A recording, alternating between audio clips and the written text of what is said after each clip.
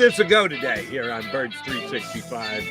We did yesterday, too, and we got about 14 or 15 minutes of broadcast tremendousness on the air before Comcast said, no, you guys really don't need to do Birds 365. We plan on staying the full 2 hours for you guys.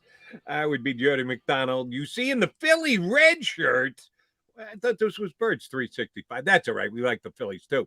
Jeff Kerr from CBS Sports, and his smiling face, although it's not live, is John McMullen because he's got COVID testing duties to do. So you get a triumvirate of Eagle experts to start the show. Jeff Kerr, good to see you. How was your weekend? Like you, Jody, I was at the wedding. It wasn't as nice as Key West, but D.C. was very peaceful. It was a great wedding. Got to see my college roommate get married. A lot of fun. We bragged about that. We should have been at the beach, but hey, you know what? We'll take DC for a weekend. DC was peaceful. You don't always get a chance to say that. I'm glad it worked that way for you. All right, John McMullen will be with us for the first half hour of the show. Then he's got to go in and get something stuck up his nose to find out if he's okay. J-Mac. By the way, I want to say, can I say, is that an ode to Nick Sirianni? I think Nick Sirianni won Phillies yesterday, Jeff. He I did. think he won Phillies. He did. That was Monday. Sorry. Yeah. Last time Nick Sirianni spoke, he did go Phillies. Yeah, he went Phillies. Not the first time Nick Sirianni went sucking up for something other than water to water his plants. But that's what I was going for, Jeff. Yeah, well done. I picked up on it. J-Mac heading off. I know you got the COVID testing and the like, but you were there yesterday as well for the coordinator, Jonathan Ganon. I got to say, I liked what he had to say. There was some guys coming at him pretty good, yourself included, with questions yesterday, and he rolled with the punches as best he could. But I don't know why, but he was channeling Andy Reid for me because he seemed to take the bullets for absolutely everybody. Again, he defended Derek Barnett. You know, I got a mad on for Derek Barnett because I think he stinks and is stealing money these days. He went to bat and defended him and saying he's getting the job done. I just didn't understand it. When you gathered with your guys or at least exchanged some notes as you're walking out after talking to Jonathan and Ganon yesterday, what was the feel among the Eagle beat guys as to Jonathan Ganon, both what his team is doing on the field and how he's handling the questions he asked to answer about it? Yeah, I mean, I don't think much changed other than I think that was the first time I've seen an Eagles assistant or any Eagles coach, coordinator, the head coach, with the exception of Nick Sirianni going the Jeff Kerr route and going Phillies, Sixers, Flyers. It's the first time somebody didn't wear Eagles gear, so you had the conspiracy theorist. What's going on? But no, I mean, that's Jonathan. You talk about taking hits, Andy Reid. I mean, this is the guy who said Ryan Kerrigan was productive a couple weeks ago. He's not going to bury his players. That's not his philosophy. He was typically his optimistic self. I mean, I thought it was, I'm trying to figure out this disconnect of why the heck everybody's completing 80% of their passes, or at least all the good quarterbacks, and Derek Carr over 90%. And you're trying to get a thought process on that. And part of it is, the most important part to him is limiting explosive plays. And he said that again, the quickest way to get beat is for the ball to go over your head. So that's his core philosophy. And then you start to say, okay, well, still, I mean, other people have played a lot of cover too and not given up 90% completion rates or 85% or 80. And then you start to hear the people are getting the ball out quickly because of our defensive line. And maybe that's the case, but this defensive line has not played well. So maybe that's the rest of the league reacting to the reputation, because I think we all came into this season saying, all right, the defensive line is going to be a strength of the Eagles. And probably the rest of the league thought that as well. And they're like, we got to get the ball out quickly. Well, if anybody watches the film, you don't need to get the ball out quickly because they're not doing their job. And I've said that pretty consistently for about 2 weeks now. Now, part of that is Brandon Graham not being there. And he's, I think, maybe the most underrated professional sports figure in Philadelphia over the last decade plus. People don't realize how good that guy is. And now they're starting to realize it. So part of it is that, but I mean, you got to perform better if you're Fletcher Cox, if you're Josh Sweat, if you're Jody's favorite, Derek Barnett, and yes, even Javon Hargrave, who had a good month, but if people haven't noticed, he's not having a good second month. So I think the plan was to lean on that defensive front because of the deficiencies you have on the back end. Well, that front, you can't lean on him right now. And that, to me, is the biggest issue. John, did Jonathan Gannon address the struggles of the defensive line yesterday? And, if he was asked, what was his response?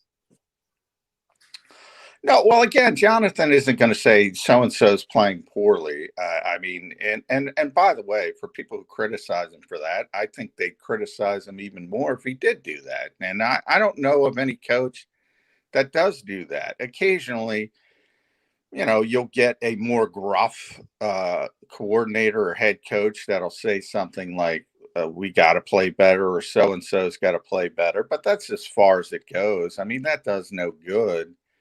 I was thinking about it yesterday, and here's how I phrase it. The Eagles' best linebacker this year, and he's, emerged to the top of the depth chart, is TJ Edwards. And he's done a really nice job for what was expected of TJ Edwards. That's how I would describe it. If you look at the 31 other teams around the NFL, and this is probably a better question for you, Jeff, because you spend more time doing league stuff than I do these days. I don't know many teams that don't have a linebacker better than TJ Edwards in this league. Nothing against TJ Edwards. Then I go back to safety. The best safety the Eagles have had this year has been Marcus Epps. Marcus Epps. Yep. He's not even a starter at this point, probably should be. Because he deserves to be. But again, I use that same phrase. Go around to the 31 other teams. Who doesn't have a safety, at least one safety better than Marcus Epps? That's what you're dealing with the personnel deficiencies on the back end. Detroit's better secondary than the Eagles. I didn't hear what you said, Jeff. Detroit is a better safety group than the Eagles with Tracy. That's scary if that's true. Yeah. All right. John, I hear what you say about coaches just don't point to players and go, he's not good enough, he's not getting it done. It's standard operating procedure across the league. Some go further in defending him than others. Like I said, Andy Reid just comes to mind. Never, ever, ever, ever threw a guy under the bus the whole time he was here. So if you can't say anything, then the only way to show a player that they're not getting the job done is playing time, that you don't use them as much as maybe you once did. Yet I look down and Derek Barnett is the second most snap used guy on the Eagles in a game against the Chargers on Sunday. So you're not going to call him out. As a matter of fact, someone brought his name specifically up and he defended him to a length that I didn't think was possible. And then he continues to use him. More so than any other defensive end. The only guy who played more snaps on the D-line was Fletcher Cox. How does it get to Derek Barnett that he stinks? Does he have to watch Birds 365 and listen to me berate him? Because it sure as heck isn't coming from his coaching staff. Well, again, I would ask, because if you've seen, and I'll use the back end as an example again, well, TJ Edwards, wasn't the full-time linebacker at the start of the season. He's playing because somebody got benched and somebody got cut. Marcus Epps is playing more because he's playing winning football, as Jonathan Gannon stated. At the beginning of the season, he was behind Kayvon Wallace, who I don't even think had a snap.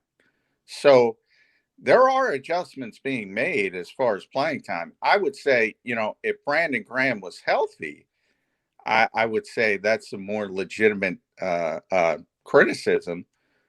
For now, you got to play Barnett and Sweat at defensive end. And technically you could play Teron Jackson, I suppose. You could play more Ryan Kerrigan, I suppose. I think in that instance, it's only getting worse So I think when you have another option, that lever is being pulled. And when you don't, that lever isn't being pulled. And that's why I look at those four guys, and I'm adding Josh Sweat and Fletcher Cox and Javon Hargrave. They got to be to bring Jim Schwartz back to town. They got to be the engine of this defense, and that engine hasn't been brought into Jiffy Lube because it is not performing at an optimal level, to say the least. John, I know the Jets claimed, well, I shouldn't say they claimed, they signed Elijah Riley from the Eagles practice squad yesterday, and I know they liked him from that last preseason game. Do the Eagles feel like this is a major loss? I shouldn't even go major loss because they do like Elijah Riley, but was this a guy that the Eagles were even thinking of promoting at any point this season? No, I mean, not barring injury to someone we talked about. I mean, Rodney McLeod, Anthony Harris are there. We've been talking about Marcus Epps, how well he's played. They still have Kayvon Wallace. So, I mean, that's the thing. The Eagles have been on the verge of losing practice squad players before, and when that comes up, they'll elevate them to the roster. In this particular case, there was, no spot, so to speak, for Elijah Riley. He made the right decision for him. The Jets lost Marcus May to a torn Achilles, so they needed a safety, and he'll get a better opportunity. So I think, that works out well for Elijah. But no, I mean, if the Eagles wanted to keep him, they would have created a 53-man roster spot because they have 77 corners. So they could have done it easily if they wanted to. But they like their young safeties, and you can debate that as far as who's better. But yeah, I mean, there's so many issues with this defense. I don't think Elijah Riley is going to make the difference. Sorry, Jody. That's Jets okay. My Jets are what they are, and that was one of the lowlights of the weekend away. I had screaming and yelling in a tiki bar about the Jets getting their tails kicked by Carson Wentz. But we're off the birds. I need to get back. All right, JM, you, much like Jonathan Gannon, spent some quality time in Minnesota, now more years removed here in Philadelphia than JG. But certainly his fingerprints are still noticed going from Minnesota to Philadelphia. Have you scoured the Viking roster yet as to what guys are going to be free agents, who the Eagles are going to sign during this offseason, who will be woefully underperformers when they get here to Philadelphia? Well, no, the Vikings are having a ton of issues themselves, and I think, we're seeing the death throes of the Mike Zimmer era. But, as much criticism as Mike Zimmer gets as a head coach, and all deservedly so, I would, he coaches games like it's 1975, and you see they're in every game, and they find a new way to lose basically every week because he doesn't try to win games. He coaches not to lose them. So I say that for the reason that, yeah, he's not a good head coach, certainly in this era of football, but he's a really, really good defensive mind. And I say, if you talk to people around this league, the two names that come up the most to me, and Jeff, you can chime in on this, is always Zimmer. When it comes to defense, it's always Zimmer and a guy the Eagles are playing this week, Vic Fangio, who I also think isn't a great head coach, but he's a great defensive mind. And that's one of the reasons, people criticize me for protecting. What was I doing when you weren't here, Jeff? When Jody wasn't here, I was accused of protecting Jonathan Gannon. I don't think you were protecting him on Monday. Yeah, I'm. When guys like Zimmer and Fangio swear by the guy, and Brandon Staley throw him on that as well. I mean, yeah, that holds some weight with me. Doesn't mean you can overcome personnel issues.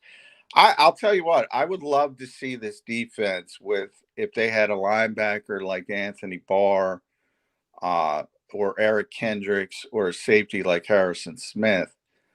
I think it would look a lot different. I can't prove that, but I think it would look a lot different. How would Kareem Jackson look in midnight green right now?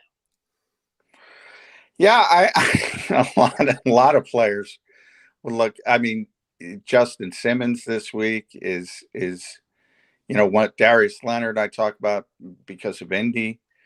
I mean, these are the types of players the Eagles don't have, and they enable you to do a lot of different things because of their ability. Ganon went off about pre-snap disguise, and he didn't say the name, but you knew who he was talking about. He was talking about Harrison Smith, because anybody who's ever watched him play, he'll go down into the box. He'll scream out of the box to get back to playing cover two or single one, all these different things to throw a quarterback out of whack. The Eagles can't do that. They can't do that because they don't have that type of player. All right, JM, let me ask you about changes ongoing while the game is going on. I think it was Howard brought this up about the Eagles deciding to change their defense on the fly, audibling out, call it what you want, checking out for specific calls as the play is just about to take off because they don't like the matchup of what the offensive team has come out with, the formation they're using, the set that they're using. Who's making those on-air changes, those on-field changes? Who's the guy who's calling them out of certain blitzes or attempting to get them into blitzes at the very last second? Who is their defensive captain if they're overriding what Jonathan Ganon wants to happen on a particular play? Yeah, well, that's one of the issues as well, because they haven't, people think traditionally the Mike linebacker. Now, a lot of days in today's NFL, it's really the free safety who does stuff like that, and the Eagles have had a mismatch of Eric Wilson, who's not even here anymore, Alex Singleton. Now it's TJ Edwards, a linebacker, and safety. It was Anthony Harris, and then Rodney comes back, and it's Rodney. So that's one of the issues as well. They haven't had somebody that they can be the quarterback of the defense. Hopefully that calms down now that TJ Edwards is basically, I think he was on the field for 66 of 68 snaps, and Rodney was out there for 68. So those are the two guys you have to count on. I would hope they would go to TJ Edwards. He's a very smart player, high football IQ, and if he's going to be out there, he should be the guy doing that.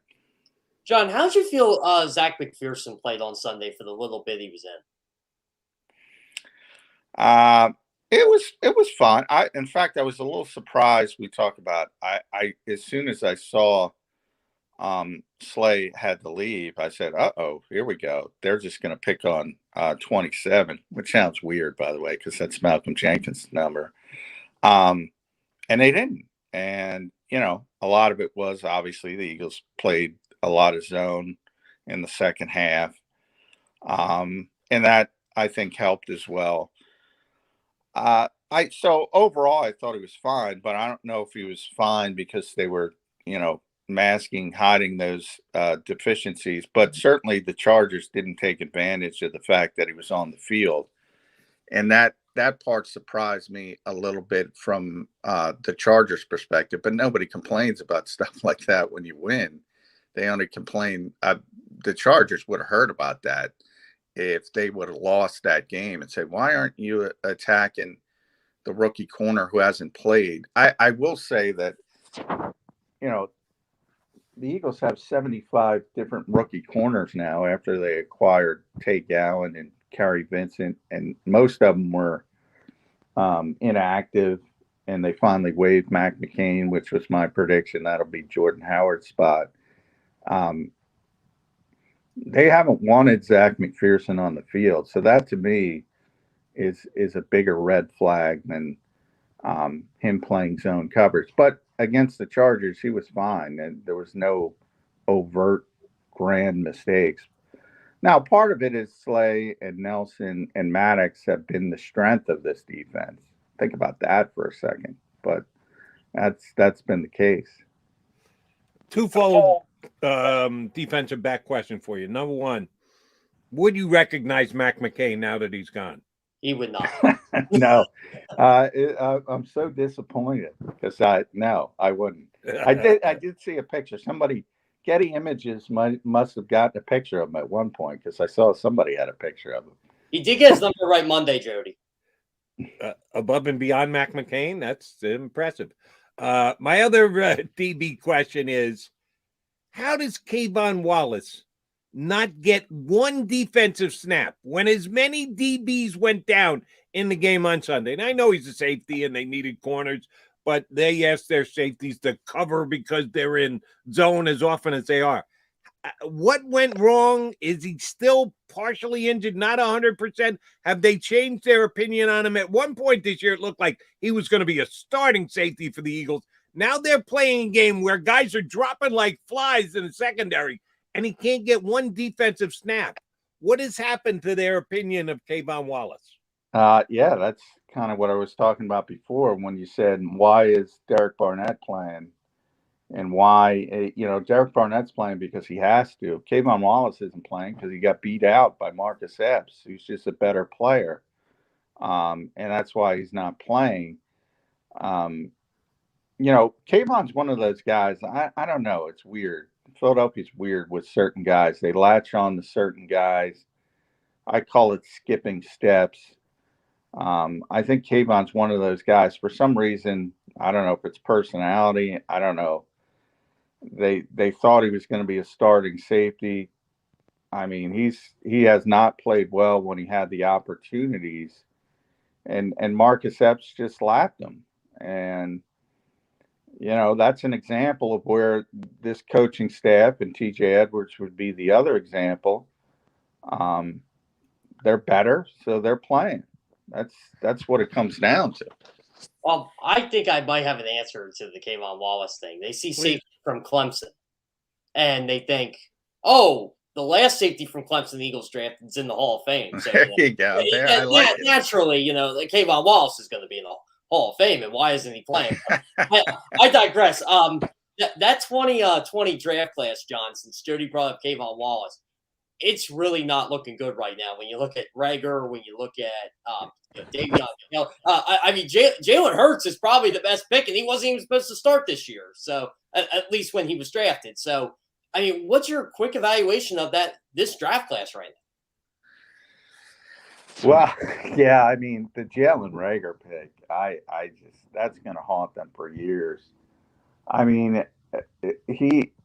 He is not effective as a wide receiver at all.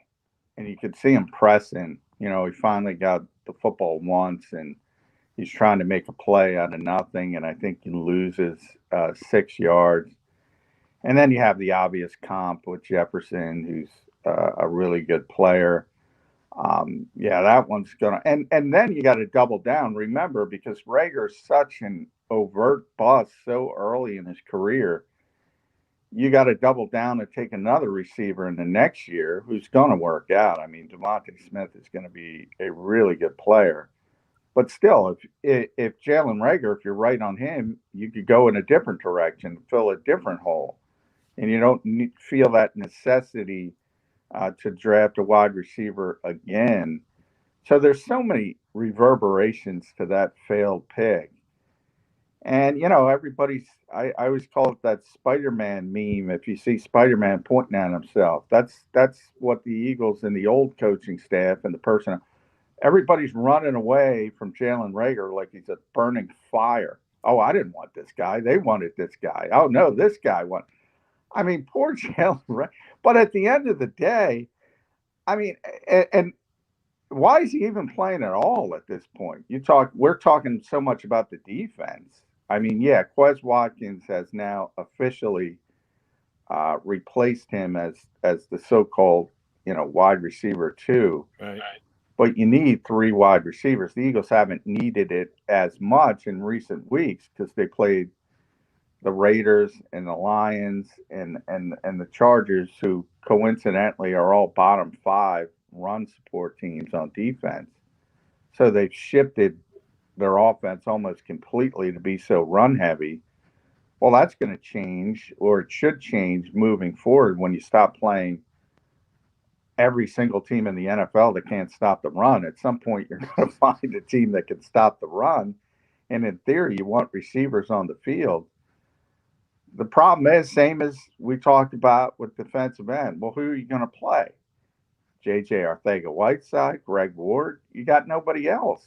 So they put so many assets into the wide receiver position, and all they got to show for it is Devontae Smith, who's great, but JJ's a second-round pick, Jalen's a first-round pick, and they're getting nothing from those guys.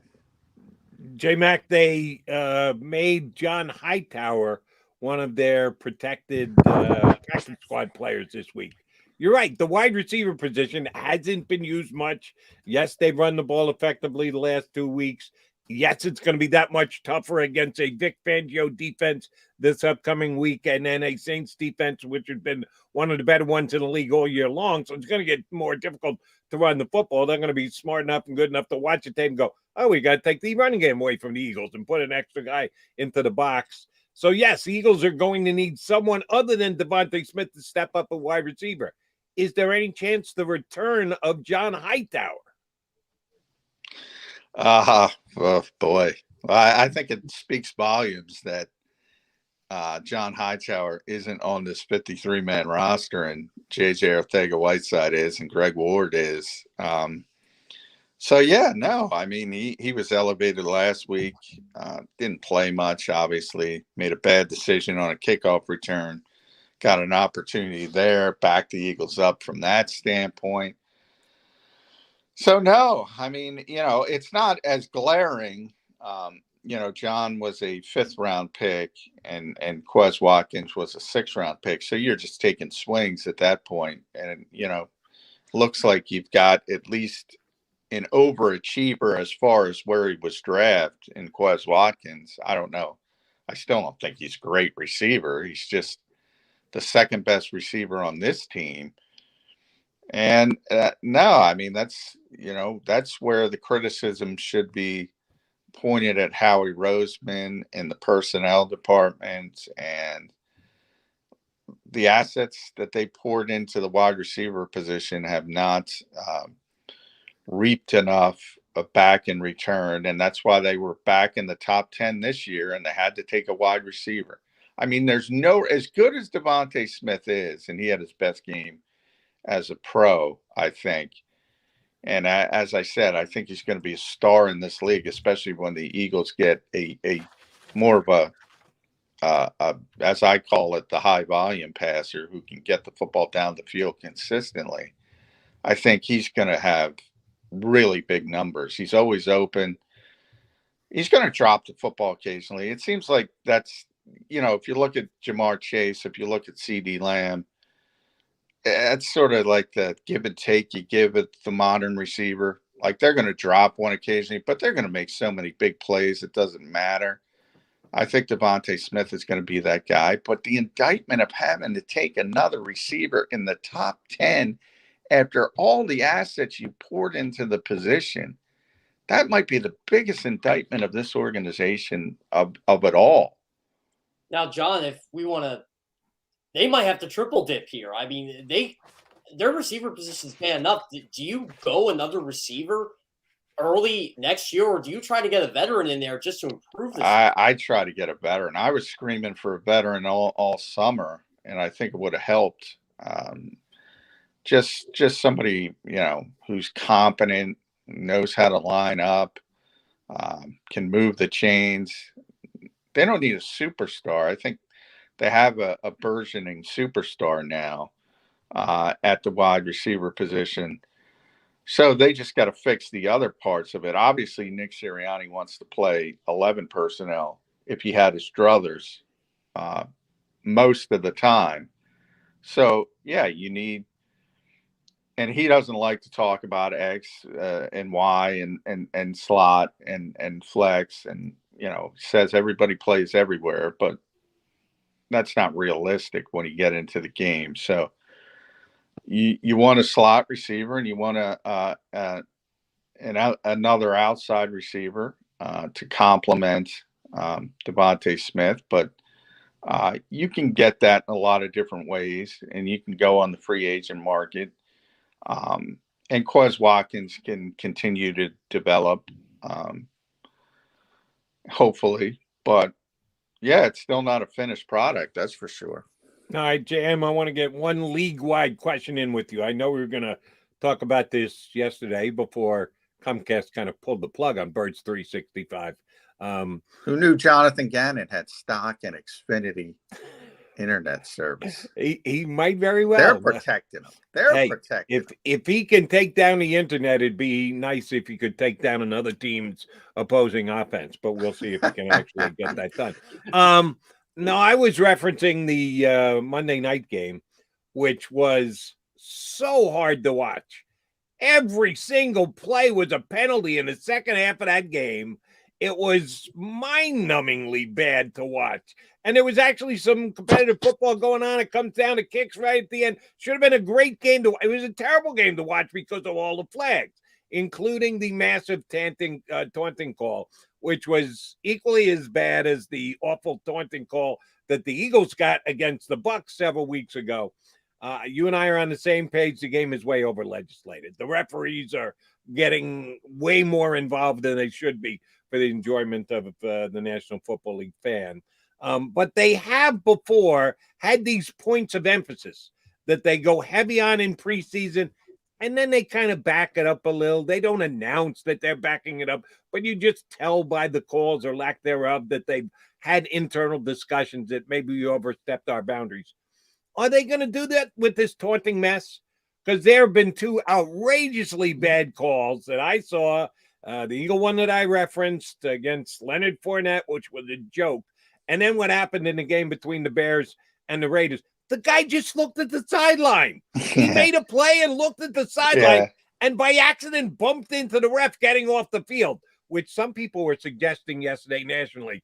The ref hip checked the player, that he was looking to cause the contact so he could throw his flag. Yeah, it was a joke. Well, you had that video of Tony Karenti, so it looked bad. But I always say, you know me, Jody, I don't blame officials. I blame the legislation. People are not. I compare it to play calling. When people criticize play calling, they're not really criticizing play calling. They're criticizing results. They're not really criticizing referees. They're criticizing the rule. The referees are doing what they're told for the most part. They're not perfect, but it's a very difficult job. And by the way, I give Nick Sirianni credit. He always defaults to that. I don't like blaming officials. I never blame officials. So I think more of the problem is what you said is the over legislation of the game. It's ironic to me that the NFL through, source said, no, that's exactly what we're trying to, they doubled down. That's exactly what we're trying to remove from the game. You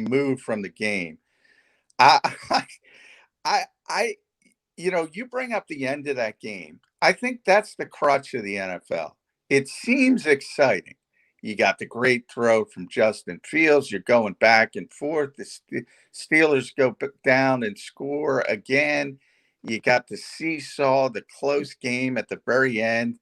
And a lot of fans think it's exciting and forget about the god-awful 55 minutes of football they had to get to that point when things started to get exciting. I've talked to so many people at the league office, and they don't realize this is a problem.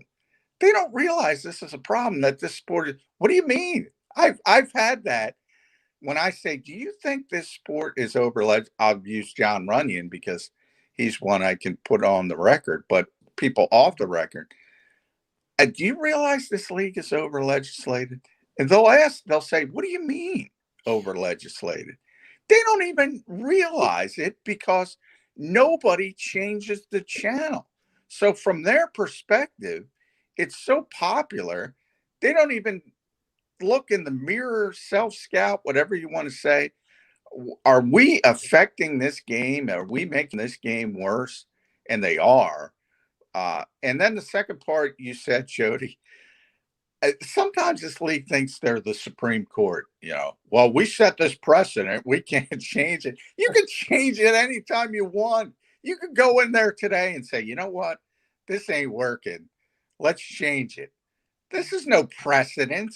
It's an awful rule.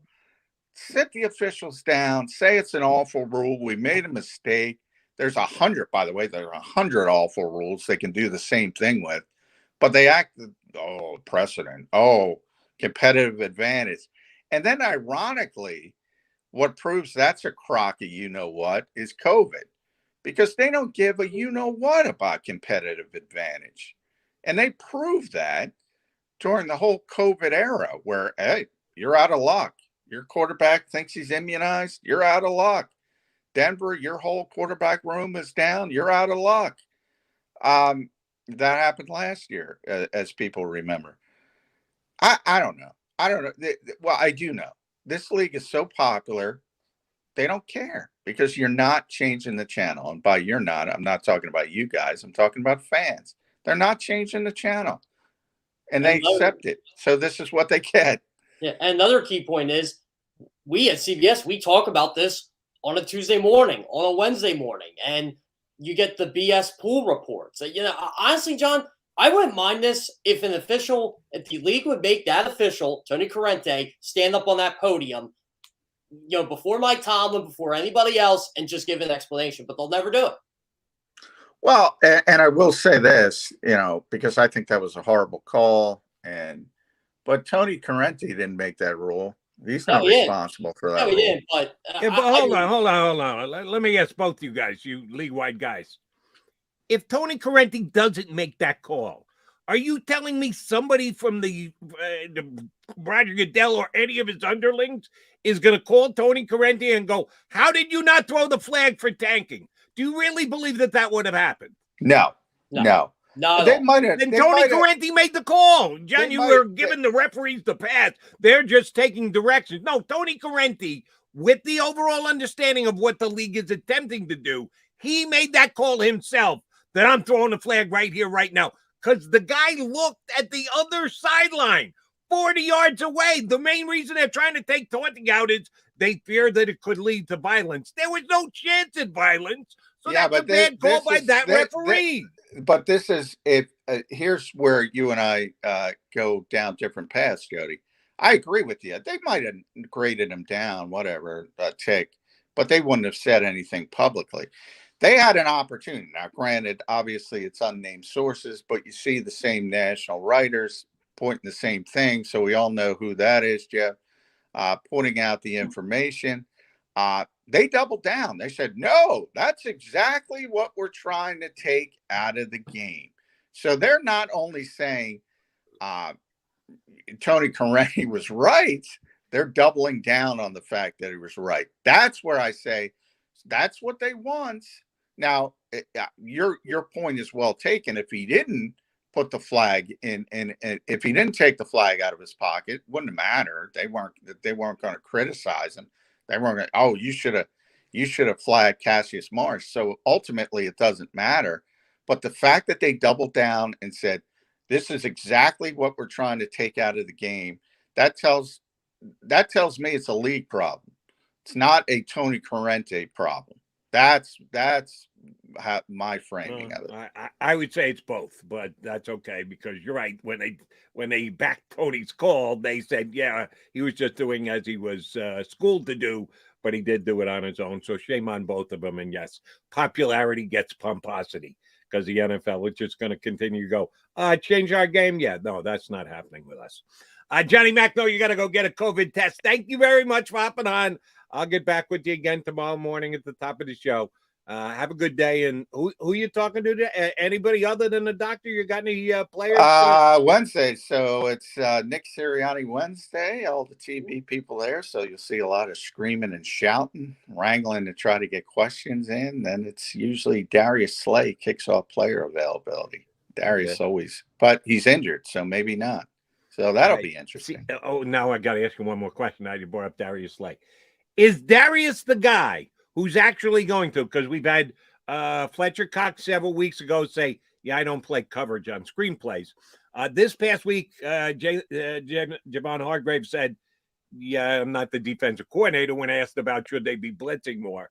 Will Darius Slay be the guy who kind of throws Jonathan Ganon under the bus, who refuses to throw anyone under the bus, but a couple of players have thrown him under the bus? Will he be the guy who say, yeah, we should play more, man. Yeah, I can play bump and run coverage.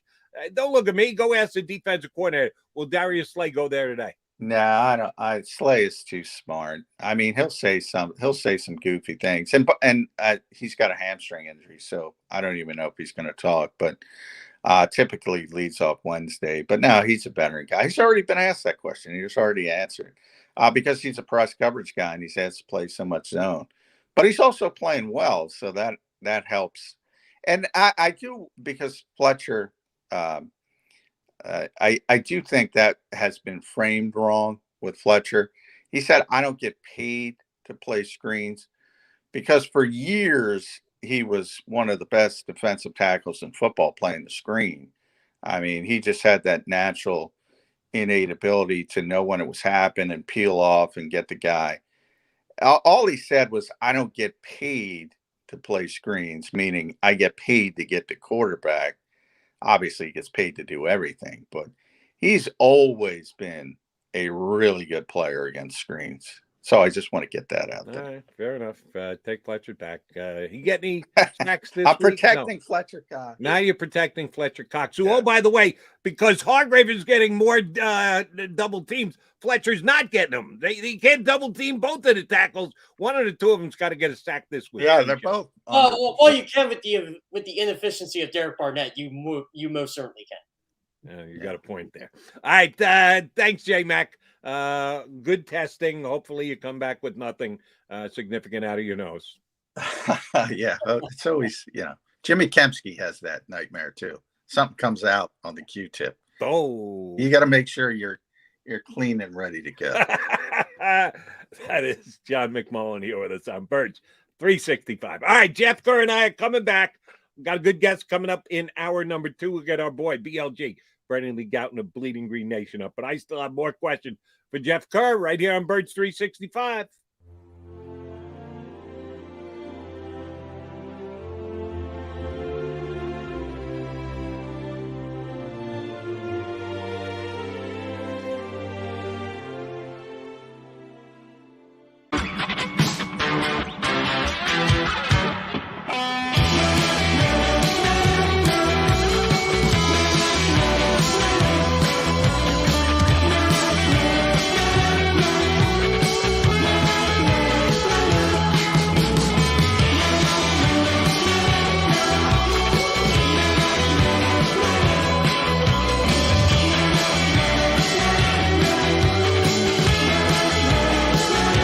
At Stateside Vodka, every new customer gets the world's best rocks glass.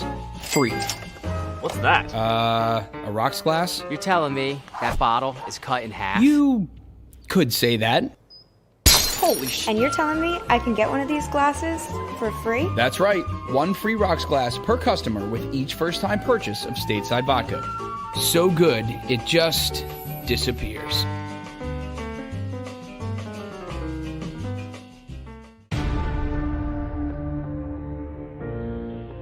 When it comes to the fight against insurance companies, large corporations, and the healthcare industry, injured victims are always the underdog.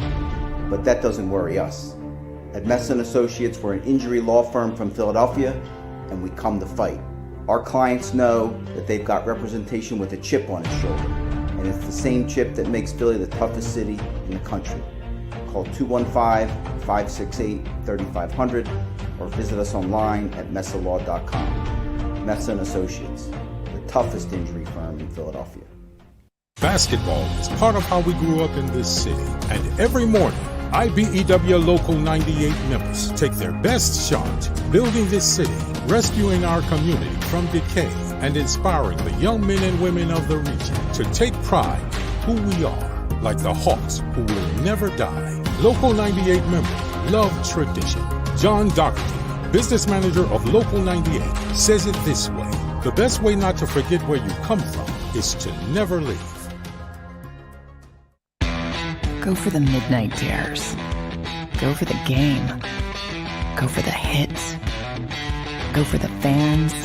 Go for the win. Go to Ocean Casino Resort. Book your trip at theoceanac.com. At Stateside Vodka, every new customer gets the world's best rocks glass, free. You're telling me that bottle is cut in half? You could say that.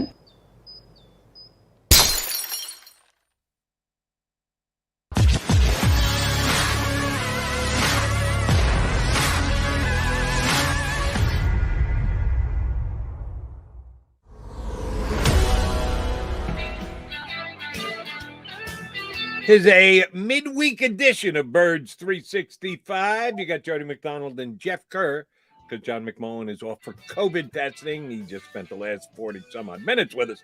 But JK and I will hold it down, get you into hour number 2, which will include a spot by BLG. That's what I call Brandon Lee Gowton from Bleeding Green Nation whenever he hops aboard with us. So BLG coming up next hour. But a couple more questions for you, Jeff Kerr. After the Eagles were defeated by the Chargers on Sunday, a game that they could have won. I've listened to a lot of people go back and forth on whether it was a quote-unquote moral victory game because they were playing a very good team, and they played them to a tie for 54 minutes, let the Chargers run the entire 6 minutes off the clock before they kicked the game-winning field goal. But 6 minutes ago, it's a tie game.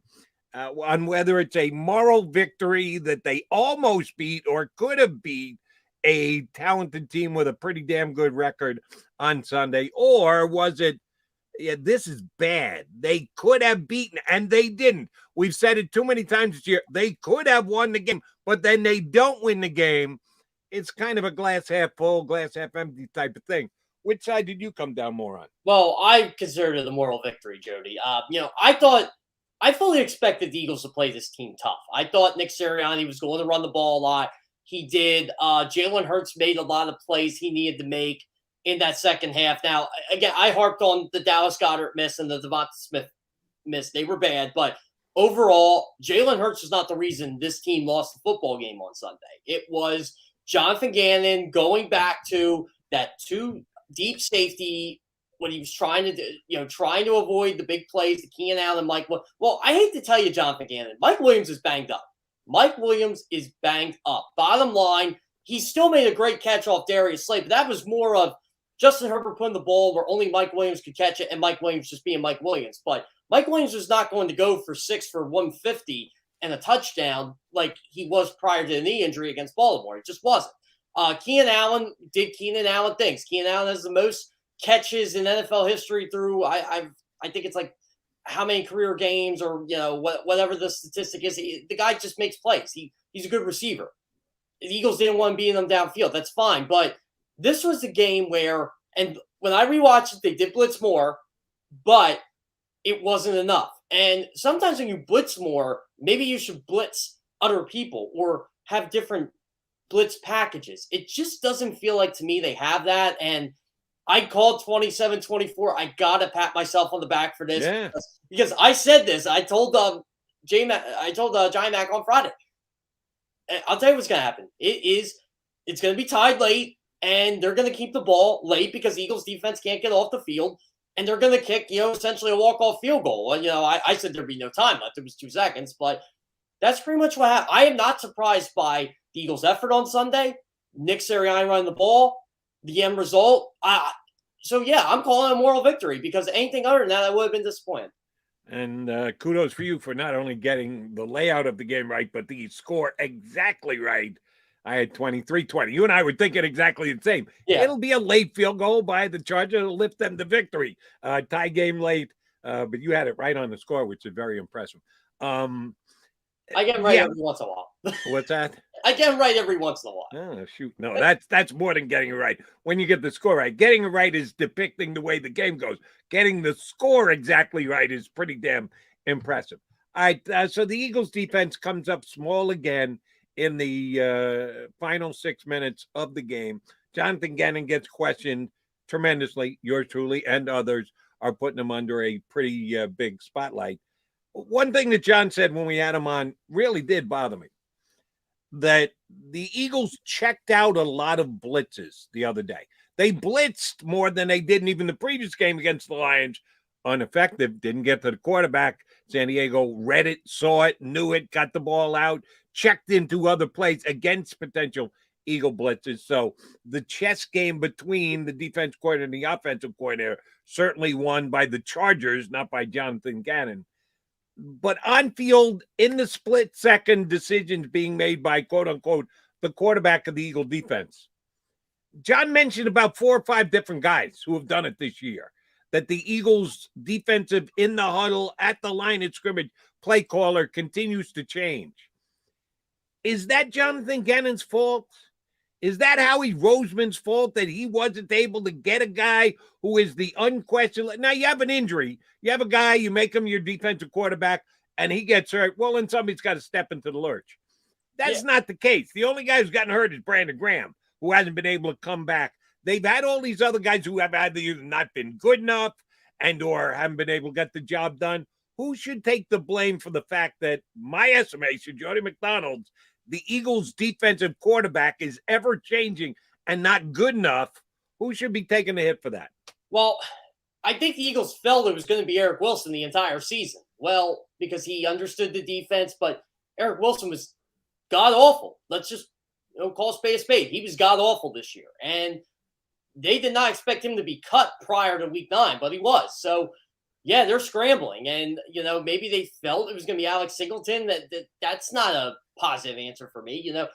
TJ Edwards is the guy now, I guess. But you're right, Jody. I think this falls on Howie Roseman and Jonathan Gannon for just not having the personnel. I mean, and look, this for Howie Roseman, this is bad draft after bad draft after bad draft. It's a snowball effect, and it's affecting this team and it's affecting this defense. The only linebacker you really drafted in the first couple rounds since Jordan Hicks has been Devion Taylor, and he was more of a project. And maybe you felt Rodney McLeod was going to be ready by week 1. Well, he wasn't, so you didn't have him. Anthony Harris hasn't been great. He's been okay. But McMullen's right. Marcus Epps is, if we're really being honest, he's been their best safety this year. Darius Slay can't do it. He's a cornerback. He's got enough on his plate. They lose their defensive leader in Brandon Graham. Fletcher Cox, to me, I mean, yeah, he's a leader in a sense, but I don't feel like he's, that type of leader like Brandon Graham is, just on the field making that stuff. He just isn't. So, right now they're between a rock and a hard place. You're going to see it all year. But if I'm going to blame somebody for that, it's the snowball effect of Howie Roseman's drafts, and it's affecting Jonathan Gannon and the way he wants to run his defense. And here's where I get on Gannon's case a little bit. I guess I get on Gannon's case a lot, but sorry. It's just my read on the situation. John talked about the fact that they play the defense that they play, and that he's got his beliefs, his core beliefs and his tenets and the like, and he calls what he calls and sticks at the defense he has. If you don't have one of those leaders, and when Jonathan got here, he got a chance to evaluate all the players that he had and who was going to be his defensive leader and quarterback on the field. And he had guys like that, playmaking linebackers when he was in Minnesota. Well, that was good for him in Minnesota. But when you get here and you realize, oh, damn, my defense is kind of contingent on someone being a playmaking linebacker, and I don't have a playmaking linebacker. Isn't it obligatory on the defensive coordinator to be able to flex out and have more things that he can go to and maybe be a little bit more flexible and maybe play a little bit more pass coverage? Because you look at your back 7, what are your strengths? Well, Darius Slay and Steven Nelson's ability to cover and not just sit back in the zone and then come up and tackle after an 8-yard completion, actually defend the pass. Isn't he obligated at some point to go, all right, I know this is not what I like. I know this is putting me at risk for the quote-unquote big play, which he hates, getting the ball thrown over his head. But you're getting killed by 1,000 cuts here. Don't you have to say, I need to coach my defense into the strengths of my players? Has he not done that this year with his overuse of the zone defense? Not the way I would like. The Eagles play way too much zone. I hate how he plays these guys back and just make the tackle. Well, it's like you said, it is dying by 1,000 cuts. Oh, we only gave up a 7-yard play. Oh, we don't give up that many pass yards. I don't really care if you get beat by a 70-yard touchdown at this point. Because when your defense is getting gassed when they're on the field, why not play Darius Slay in man? Is Steve Nelson that bad in man? I don't think so. But Darius Slay is a very good man corner. He's a very good press corner. Play to his strengths. I think Rodney McLeod is better now at this stage in his career going after the quarterback because I don't think he's a good coverage safety anymore because with all the injuries. So blitz him. Blitz Marcus Epps, who can do pretty much both things. Find a way to play 3 safeties on the field. Find a way to get Kayvon Wallace in the game. He's got to be good for something, right? I mean, 0 snaps is pathetic. I don't know if that's him. I don't know if that's the defensive coordinator. I don't know what, but you are not adjusting to the personnel you have. You are not helping Fletcher Cox and Javon Hargrave out. You are not. Derek Barnett in coverage is not helping your football team. It is not. And Derek Barnett is not a good football player, but he also is you can make him better. Josh Sweat should not be as ineffective as he is. He's a good football player, but we're not seeing it because of the way this guy runs his defense. It's come hell or high water with John Pagano. I said this last week, Jody, with McMullen. I'm a basketball coach. The basketball team I used to coach, we want to shoot threes. We want to shoot threes all the time. But what happens when you don't have a team that can shoot threes? Well, you make them a defensive team and you keep the game close. And you know what? They did that. We made the adjustments and the team played better in the second half of the year. Why can't John Pagano do the same thing? He's an NFL head coach. I'm barely getting paid. I don't get it. Understood, JM. If you're not getting paid, you're not going to sweat it much. NFL coordinator. I'm sorry. I'm guessing you're sweating. Head coach already. I'm guessing you're sweating it even at your pittance of salary that Jonathan Gannon is as the Eagles defense coordinator. All right, this week coming up, they got the Denver Broncos, who were very impressive in beating the Dallas Cowboys. Didn't see that one coming on Sunday. Didn't see a minute of that game either because I was away, not in front of my TV. Didn't have the NFL package to go to whatever I wanted. I just watched the Eagles straight through. So I kept seeing the score on the scroll on them 14, 16, 8, 30-0. Denver over Dallas.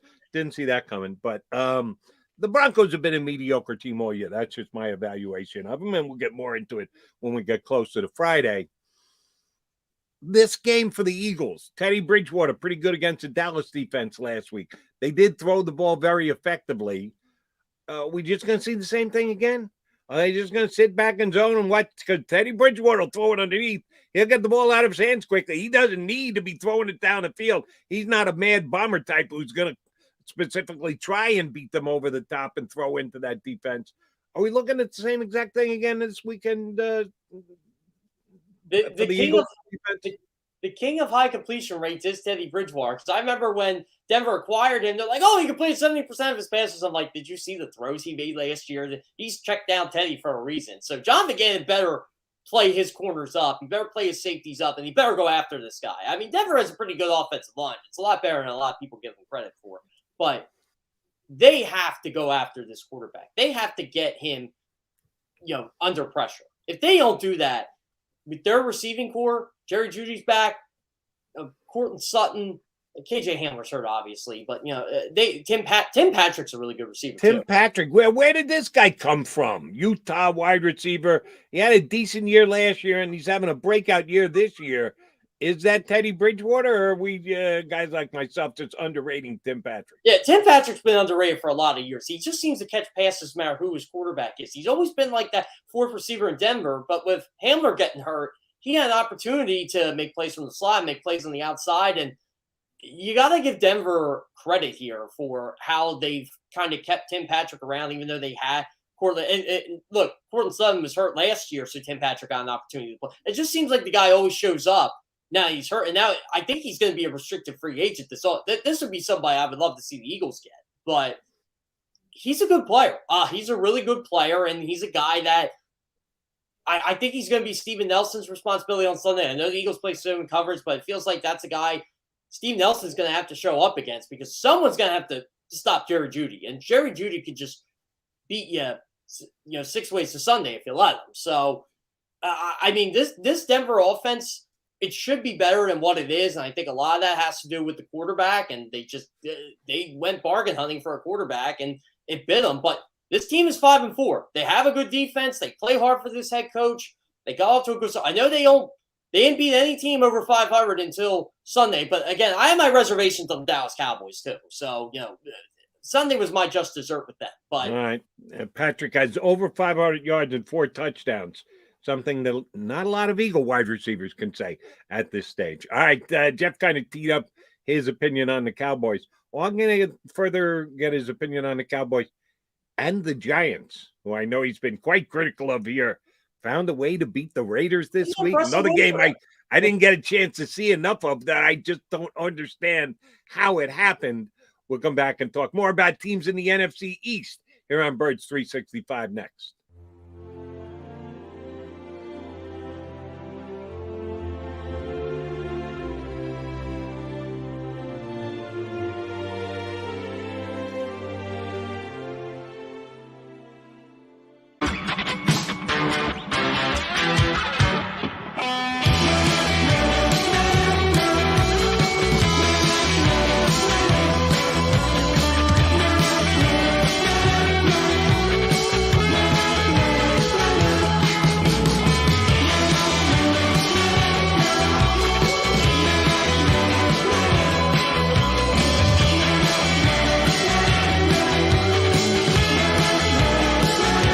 At Stateside Vodka, every new customer gets the world's best rocks glass, free. What's that? A rocks glass? You're telling me that bottle is cut in half? You could say that. Holy shit. And you're telling me I can get one of these glasses for free? That's right. One free rocks glass per customer with each first-time purchase of Stateside Vodka. So good, it just disappears.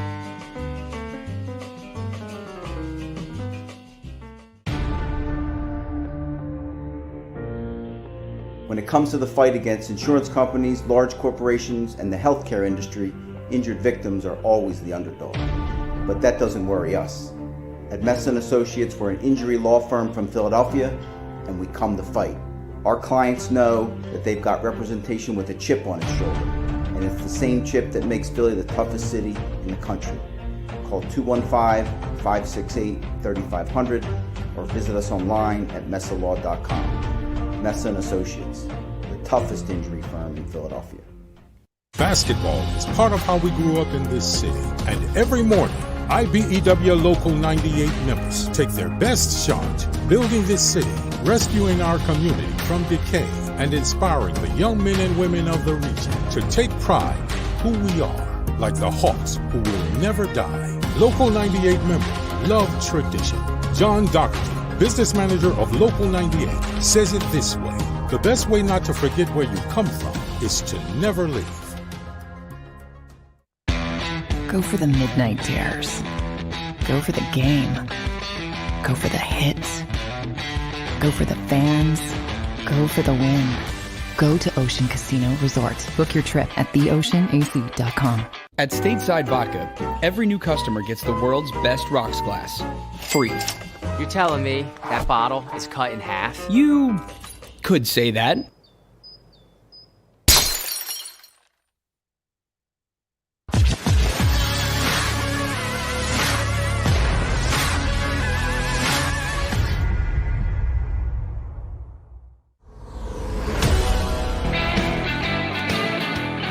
Hour number 2. Hey, that's an accomplishment. We never got to hour number 2 yesterday. We didn't get the half hour number 2 yesterday, as a matter of fact. Good to be aboard with you and sticking around. Thanks to our powers to be at Comcast. You got Birds 365, Jeff Kerr in for John McMullen, who's doing the COVID testing thing today. We'll get Brandon Lee Gowton up in about 20 minutes from now, less than that, to talk some Birds 365 with us. All right, before we went to break, Jeff, you mentioned the Dallas Cowboys. You're still not sold on them. I guess I'm kind of in accordance with the looking at it through this prism. Some people, quote unquote, media members around the league, were putting Dallas as potentially the best team in the NFC, which I thought was basically ridiculous. Tampa's better. The Packers are better. The Rams are better. The Cardinals are better. So I think optimistically the Cowboys might be the 5th best team in the NFC. And some people are talking about them in terms of being the best team in the NFC, which prior to this beatdown at the hands of Denver, I thought was ridiculous. Now it's kind of proven it's ridiculous that they're not the best team in the NFC. But they're still far and away the best team in the NFC East, are they not? Oh, yeah. Look at the NFC East, Jimmy. Come on. Washington stinks. The Giants stink. Eagles aren't good. Eagles stink too. Yeah, of course they're the best team in the NFC East. I got to get this point off, though. As someone who's done this now for 3 years, covering the NFL nationally, and someone who's grown up in Philadelphia, I did the Eagles for 24/7 Sports, a division of CBS for 3 years. I get tired of this one thing, and it's a true narrative. This league cares about 3 teams that win: the Dallas Cowboys, the Pittsburgh Steelers, and the New England Patriots, and it drives me insane. Oh, the Patriots are the best team in the AFC East. No, they're not. They're not the best team in the AFC East. They don't play anybody.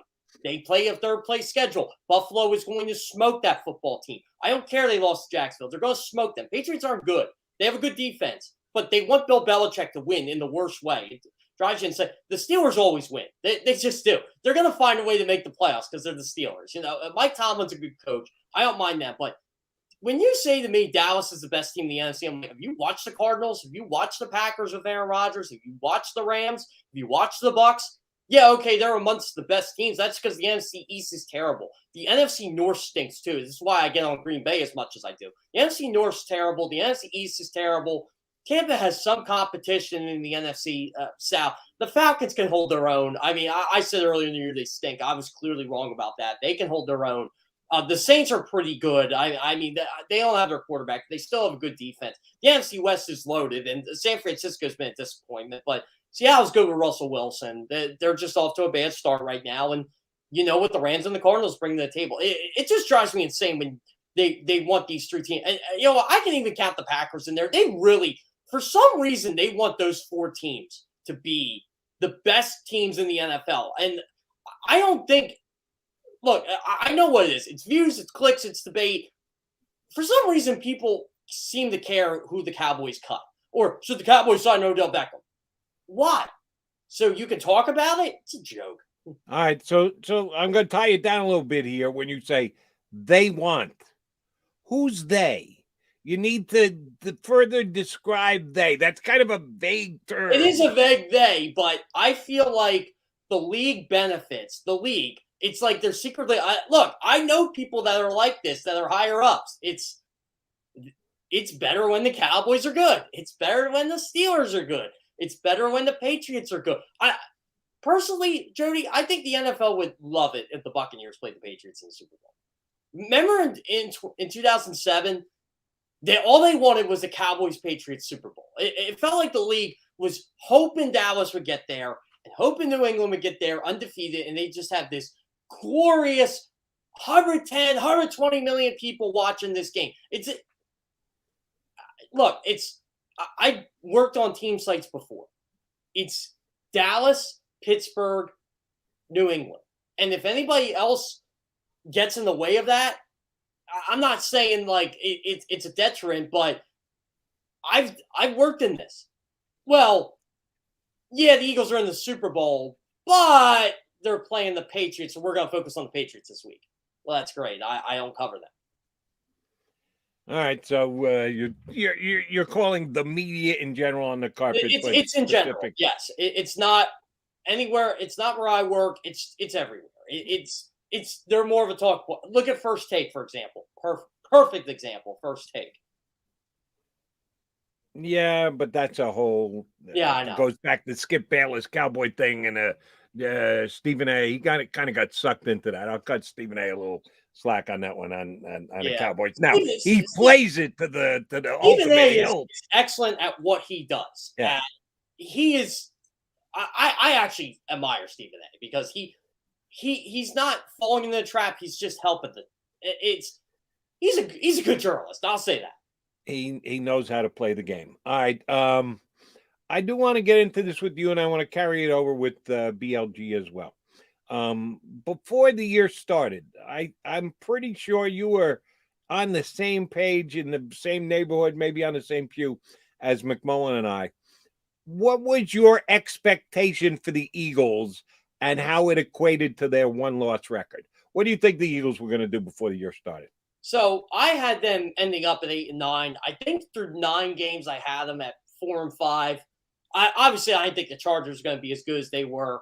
I think the only mix I had, I had them beating Vegas, but I didn't think Vegas was going to be what they were right now, 5-3. I mean, it looks really bad now. They lost the Giants, but again, you're going out east, and I still don't know how they lost that team. It's an impressive win by the Giants, honestly, but I had them at pretty much what I didn't have them at 3-6, but I thought they'd be 4-5 right now. I thought this Denver game would be tough for them going in.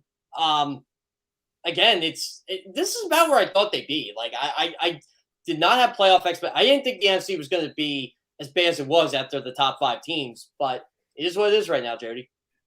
Actually, I thought they're going to be worse than they have been at 3-6. I thought they could be very well 2-7 because the Carolina game was a game I had as a loss before the season started, and they ended up winning that. I'm 8-1 on the Eagles predictions from the beginning of the season and in season as well. I've not changed my mind on these. Yet I was with you that they can finish 8-9. So that means they're going to have to win a whole bunch of games here in the second half of the season. And it starts this week with Denver after they got beat by the Chargers, which I thought was going to happen. You and I both said late field goal, and that's exactly what happened. I think they can beat Denver. I know Denver's an above 500 team right now, but they just traded Von Miller. If they really thought they could make the playoffs, they should make the playoffs. Do you trade Von Miller at this stage of the year? I don't think so. I don't get why they traded Von Miller, honestly. I get why they traded him. They got the draft picks, but I agree with you 100%. If they didn't think they could make the playoffs in an AFC West that's wide open right now, yeah, Denver is – look, I don't want to say they're not a good team because they're a solid team, but I don't know if their record really is what it is. It's, if I had to rank the AFC West teams, I would say they're the worst. Right, but right now they would be in a playoff position where they sit, which is kind of tough to explain. So it'd be a fun game, a good game, and a game that the pressure will be on the offense. The offense played well enough to win this past week. The defense let them down, my estimation of the Charger game. This is a game they're going to need to do some things on defense because the Broncos are going to bring a pretty good defense. I don't know that the Eagles are going to be able to put up 24 points again like they did this past week. Who do you think it's going to fall on? If we go week by week by week by week, the Eagles lost because one of the two sides of the ball. The Eagles won because one of the two sides of the ball. Which side of the ball is more under the microscope this week against Denver? So if the Eagles win this week, I think Jalen Hurts is going to have a lot to do with it because I don't think they're going to be able to run 46, 39 times for 170 plus yards. I don't think that's going to happen against this Denver defense. Jalen Hurts is going to have to make plays with his arm at some point in this football game. And if he can do that, and if they can get to the ball to Devonta Smith and Dallas Goedert and kind of use the run the step of play action like they've been doing, like I'm not saying run the ball a lot, but Jalen Hurts makes the throws he needs to make. I think the Eagles will win this game. And, it's cliche, but it is what it is. I mean, at some point, you're going to have to find out if this quarterback can make throws or not. And I think Sunday is a good opportunity for him. And if the Eagles lose, I'm not saying it's going to fall on Hurts, but Hurts needs to find a way to get this team 24 points again. If they can do that, I think they come away with a win. So I'm going to put the pressure on the offense. And I said this on both my WIP shows Monday and Tuesday night, and I said it in our shortened 365 show here yesterday before we had Comcast just interrupt us. While I'm going to give Nick Sirianni credit for both of the two performances the last 2 weeks, the big win, easy win, Lions stink against Detroit, but then a good enough drive late, get it even, 6 minutes left to play, you're even with a pretty talented Charger team. That's a good job out of the offense. I still don't think, although people are giving him a lot of credit because he leaned on the running game when he had the opportunity to do so in Detroit, he did. He made it work. They got an easy win. It came in this week looking as if running the football would be a good idea again because the Chargers were bad at it. He did. He kept them very much in the game. Yeah. But then again, Jalen Hurts only threw it 17 times.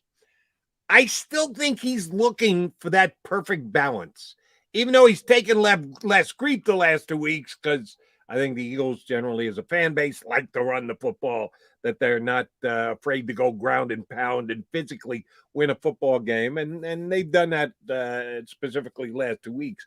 I don't think he's found the perfect balance yet. Do you?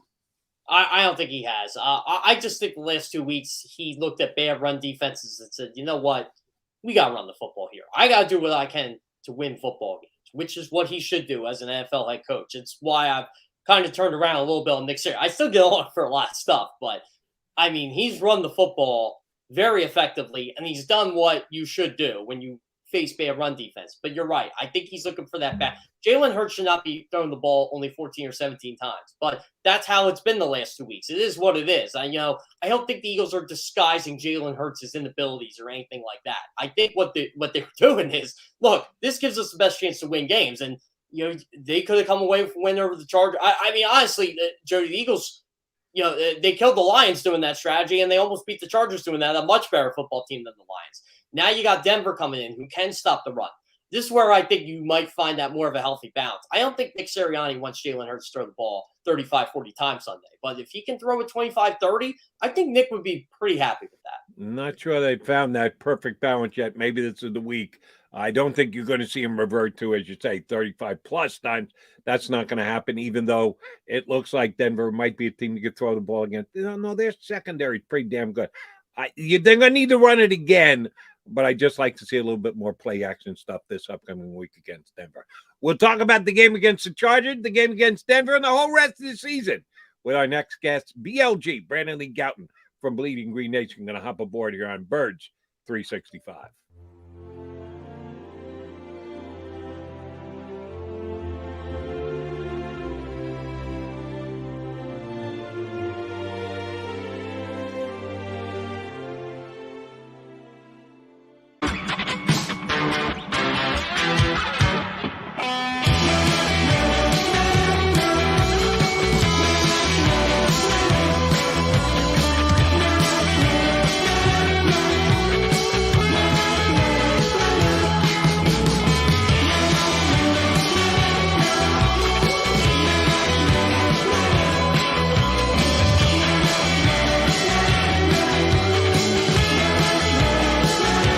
At Stateside Vodka, every new customer gets the world's best rocks glass, free.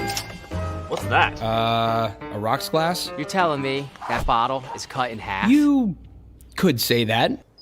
Holy shit. And you're telling me I can get one of these glasses for free? That's right. One free rocks glass per customer with each first-time purchase of Stateside Vodka. So good, it just disappears.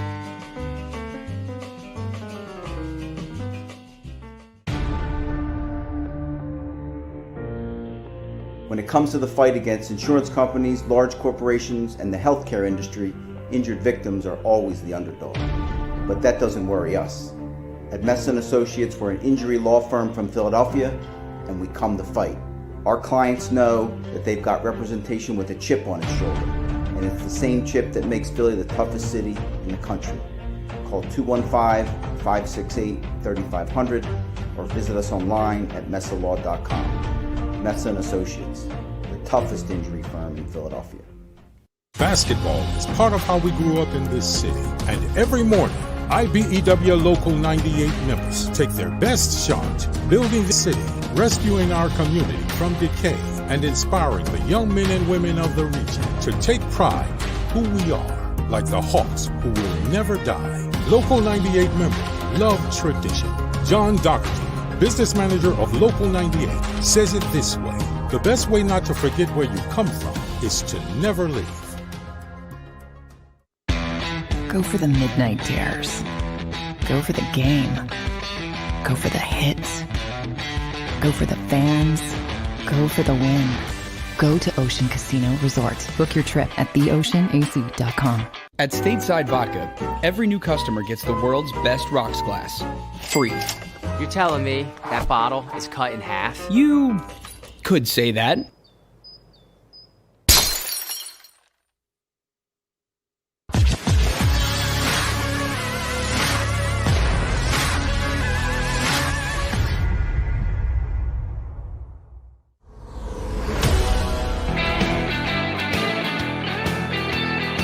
Oh, I look up and I see that our buddy Brandon Lee Gowton is not with us yet.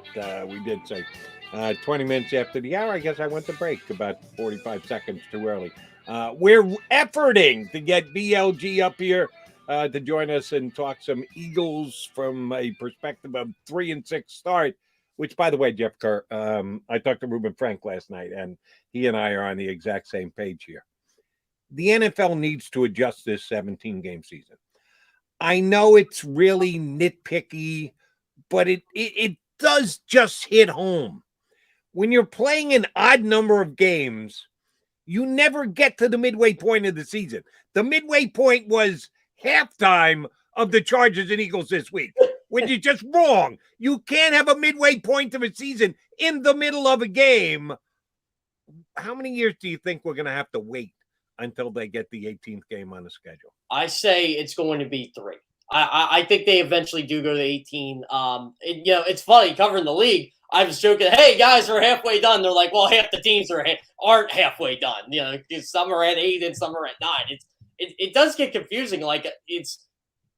Jody, I'm not going to be used to the NFL playing the Week 18 game on January 9th. I'm just not. It's definitely an odd schedule. It's going to be 18 at some point. I feel like teams are going to complain. You can't have one team can't have 9 games at home and the other team can't have 9 games on the road. It's going to go to 18. I think sooner rather than later. I think the TV contracts have that set up. I'll say 3 years. Okay, so 3. It better be. If it's more than 3, I'm going to lose my mind. But that's me because I'm a jerk and a bit of a nerd. But that's all right. Speaking of a jerk and a nerd, here's our buddy, Brandon Lee Gowton. We're a little late getting to him. Our bad, but good to get him. Give you the first question I just asked her. When are we going to get an 18th game in the NFL? Because 17 games is just not working for me. I'm going to say... So Jeff said 3 years here. Yeah. I'm going to price this right this. I'm going to go, the opposite price rate, I guess. We'll go a little bit under. I'm going to say 2 years. 2 years. Okay. I'm glad you took We're more optimistic than the league is. All right. But let me follow up with another league question for you, and then we'll get really Eagles specific with you, Brandon. We talked about this with John McMullen at the top of the show. The taunting call in the Monday night game, in my estimation, John, and I think for the most part, Jeff, was ridiculous. Just a complete abuse of power. And they can say, well, we warned you about this and we made it a point of emphasis. They're over legislating the game. It could have had a major impact in the outcome of the game, which I think is terrible and should be decided by the players. Does the NFL, are they all just giving us all the big middle finger that we'll do whatever we want? We don't care what media guys or fans say about the game being less enjoyable because it's flag after flag after flag after flag. Are they really telling us, shut up, you're just going to watch anyway, so don't even comment on it? How bad is the NFL mishandling their game in the way they officiate? I mean, basically, right? Like, who's asking for this? Who else, except for the crotchety owners, are asking for this enforcement and institution? And I still, I don't want to let, Tony Karenti off the hook there, because I think that was still, even though he can say it's a point of emphasis, whatever, it's a bad rule, I just have to enforce it. I mean, I don't really agree with that. I mean, I think that was a bad enforcement in that instance still. And I think if the refs had any chutzpah, they could not call it this, egregiously like they are, but it's really dumb and it shouldn't exist. And I don't think anyone out there is arguing otherwise except for the owners. Brandon, wouldn't you enjoy more? I mean, because you go to the games, wouldn't you enjoy more if, you were at that game and Tony Karenti had to actually stand up at the podium and explain his decision, like every coach and every player does after every little situation that they only remember? Yeah, I mean, it's limited to just the pool report. It's like one reporter gets to kind of contact him and ask them those questions in a very rushed setting, like a couple questions. It's not like you said there, Jeff, they're standing up at the podium and getting faced with these wide ranging questions. So it's totally different for the refs. BLG Eagles are 3-6, hung in the game, came up short, game-winning field goal by Chargers late.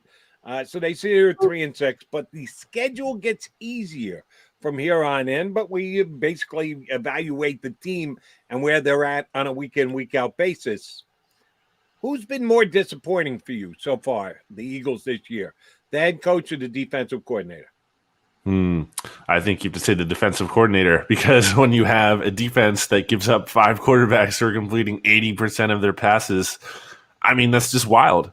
And I think back to training camp, and the defense was showing some positive signs. Now, again, it's only training camp, it's practice, whatever. But still, it seemed like they had the talent here. And you look at all the investments on the Eagles' defensive line, and you're like, all right, they have enough here to kind of be maybe not one of the best defenses in the NFL, but enough to not be a total joke, to be respectable. And, the Eagles obviously have had some good defensive moments this season, but it's come against really bad quarterbacks, like Sam Darnold and Jared Goff. And at some point, you need a defensive game plan where you can beat the good quarterbacks, and they don't have that at all. BLG, we hear from streamers, they feel the talent on this defense is better than it was last year, 2019, under Jim Schwartz. I'm not sure if I agree with that. I get asked that on Twitter too a lot, and I kind of give like a, I don't know. Like, what do you feel? Do you feel there's more talent on this defense than what the stats are showing? I mean, I think talent is part of the issue. I know I just said I think they had enough to be a respectable defense, but, again, they don't have enough to be an elite defense, and that's part of the problem. I think some guys have really fallen off, like Fletcher Cox, obviously, who I believe has like 2 sacks in his last 12 games. Like, that's just not good enough from your top paid player on the entire team.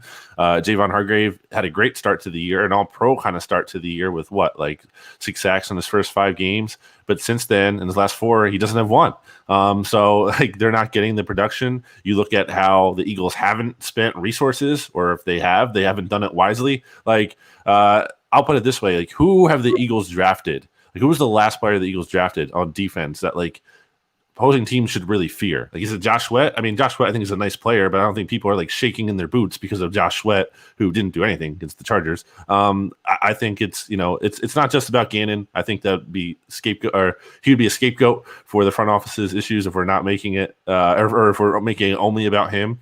I think the talent here isn't good enough, and again, they haven't invested those resources as a whole when you're looking at these draft picks and everything, or at least if they haven't done it wisely. So it's kind of issues across the board. All right, sticking with the defensive line and not getting enough pressure. I'm getting tired of even listening to myself. I beat up on Derek Barnett on a daily basis, almost an hourly basis here on Birds 365. And I don't understand why he continues to play.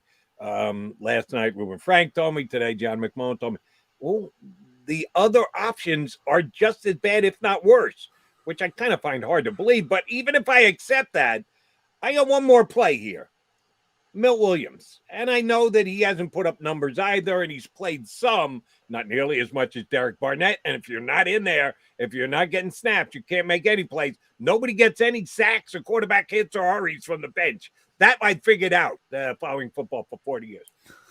Should they be moving him outside more, BLG? They talked to him about being a young Brandon Graham and a guy who could go between inside and outside. Well, they lost Brandon Graham way too early this season. They're not getting him back. Yet we haven't seen this flexibility with Milt Williams. Anything to get Derek Barnett off the field. I'm willing to move Milt Williams outside, even if it's completely outside, and take him out of the defensive tackle rotation. Why hasn't that happened?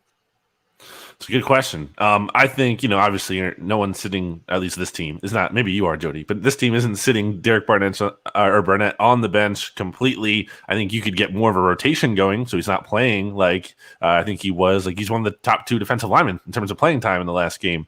And that penalty was so huge, by the way. Turning that 3rd and 6 into a 3rd and 1 is a huge penalty, and it's not his first one that we've seen this year. I think you could, and should maybe move Milton Williams outside, but, I think that's hardly the easy fix in terms of I look at Milton Williams' production this year, and outside of the Lions game, in which everyone had a career day basically, or their best performance of the season, Milton Williams has 0 sacks, 0 tackles for loss, and 0 quarterback hits this season. So, I don't think he's the surefire answer. Obviously, he showed some promise in the preseason. Obviously, you have hopes about him in the future moving forward. So it's not just about what he does this year as much as it is, getting him more experience and hoping he can kind of develop over the course of the season and then going into next year. So, I'm open to try anything, but I just don't know that they have a great answer.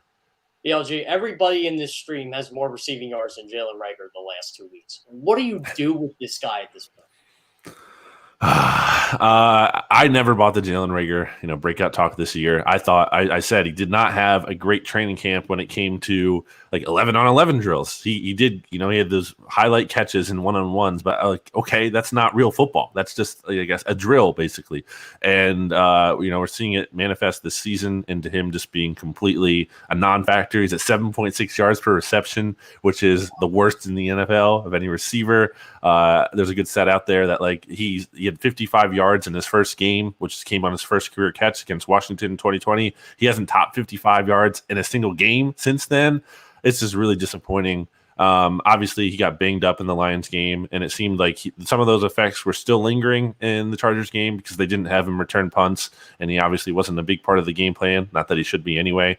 So I think we can add that caveat in there, but I just don't know.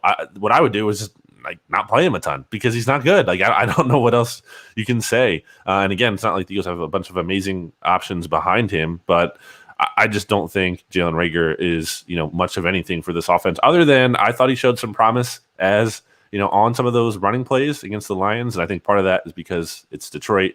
And again, anyone can kind of look good against them. But I would maybe try to get him more involved on those. But it's pretty sad when you spend a first-round pick on a wide receiver and all you can do maybe with that person is run the ball. Yeah, the problem with him running the ball now is when he comes in, he's so ineffective at running patterns and or catching the ball, making plays downfield. The other team knows, Reagor's in, it's got to be a jet sweep. And they're ready for it, and they sniff it out ahead of time. I do want to go here with your BLG because I did with Jeff, and John and I did it earlier. Where we thought the Eagles would be at this stage of the season. I had them actually at 2-7, but finishing 8-9 and 8-9. Jeff had them at 3 or 4, and he had them finishing 8-9. Where are they where you thought they'd be, and has it changed your overall position at how many games you think the Eagles are going to win at the end of the year? I think, just from a record standpoint, I'm not shocked at a 3-6. I think I had them about 7-10, 8-9 when the schedule came out, and I kind of stuck with that for the most part. I felt like that was on the high end actually for me. And then I started to feel a little bit better about that going into the season in week 1 and everything, and then obviously started to feel worse about that with some of the struggles. But I think I'm still there when you look at the easy schedule. It's it's just kind of a year, I guess, that we kind of expected in the sense that it is this transition year. It's not a season anyone expecting them to be competing for a Super Bowl. I don't think that means things can't be disappointing still. You can have this expectation and things go along in the big picture, the overall record of how you expected. But I think the defense, again, like we talked about, has more just been disappointing when you're allowing quarterbacks to complete passes at a historical completion percentage. That's really disappointing. The offense has had some inconsistencies. And really the biggest thing, at least one of the biggest things that matters, in addition to finding out, is Nick Sirianni a good head coach, which I think there's, I'm not going to say he's a great head coach, but I think there's at least some hope for him. I don't think there's as much hope for Jalen Hurts, who I know was coming off a better performance for him this season against the Chargers, but I don't think he's done enough, nearly enough, I should say, to erase all doubt that he is the Eagles franchise quarterback moving forward. And I think that's the bar they have for him. I don't think it's as simple as just he showed some encouraging signs and now we're going to stick with him and let him grow. I don't think that's it. I think he has to erase all doubt. And I don't think he's done that to this point. And I think the Eagles shifting their offense to a very run-heavy offense where he's not even passing the ball that much kind of speaks to their lack of confidence in his passing ability, which I think is a big concern moving forward for him. Let me try and tie you down there. And, Jeff, I'll let you get in here. Just let me follow up. I hear what you're saying about he hasn't done enough to make you believe, he's the guy. But for me, at least, he hasn't done enough for me to be able to say, he's not the guy. They have to go looking for another quarterback. Jalen Hurts, we know, even though he's going to be the quarterback for the last 8 games, he's not going to be the quarterback in 2022. I'm not there either. So I'm still in the TBD, to be determined middle. It sounds like you're certainly trending in the don't think it's happening direction. Are you already there? You know that Jalen Hurts is not going to be good enough to be their quarterback in 2022? But we still have 8 games left here, so I'm not ready to say these games don't matter at all. And we obviously have to evaluate him down the stretch. But again, I think kind of putting the burden of proof is on Jalen Hurts to prove he is the guy. I don't think it's good enough. Again, like you said there, Jody, to say he's definitely. We can't say he's not. I don't think that's good enough. I think he has to affirmatively prove he is the guy. And I just have my doubts that that's really going to happen again when like the offense has been more efficient than ever when Jalen Hurts has been less involved as a passer than ever. And I just don't think that's really the most sustainable way of winning in the NFL. I think if you want to disagree with me on that, that's fine. But I think the Eagles certainly don't think that's a sustainable way given what they value, which is really relevant here in the discussion. And you just like Jalen Hurts, 17 pass attempts against the Chargers, 14 pass attempts against the Lions. Like that's not, I just don't think that's sustainable moving forward. At some point, you need your quarterback to drop back 30 times a game and have the confidence he can do that and be a really good high level offense and beat the really good teams. And I don't know if he's developing into that player in the long run. I think he has limitations as a passer. And it's a shame because I think Jalen Hurts is a very rootable player, a likable guy that you would like to see develop in an ideal world. But I think that's not the standard in today's NFL. You want an elite quarterback. You don't just want a guy who's kind of good enough. So this kind of brings, Jody kind of asked my question, but I'll. Sorry for jumping in. No, you're fine, Jody. So now I'll go to this one because this is going to be mine. What do you think is, in terms of NFL quarterbacks, if you had to kind of name an NFL quarterback, what do you think Jalen Hurts' ceiling could be?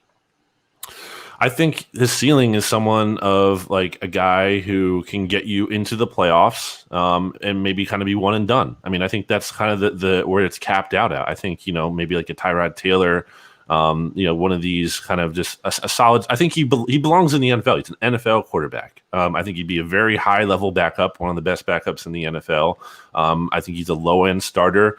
Someone maybe like, hey, a team the Eagles are playing this week, and Teddy Bridgewater, a guy who kind of hops around the league. He starts for some teams, but he's never a guy. I don't think a team is going to be handing out like one of these insane top of the market contracts to. I just don't think he's justified that. And he's a hard quarterback to kind of quantify in some respects because you see how big his mobility can be. I thought he came up huge on those last two drives, those last two touchdown drives for the Eagles against the Chargers, scrambling and making those big plays to extend drives on like 3rd and 4s and what have you. But at the end of the day, it's a passing league. I think we all know that. And I just don't think he has those talents. I think there are real deficiencies in his ability to pass the ball effectively. And I don't think that's something that magically gets better with time. Not to say he can't get better than he is right now, but I don't think you're getting to a point where you're one of the very elite offenses in the league, or he's one of the very best quarterbacks. I just don't think he's making that jump from what he is now.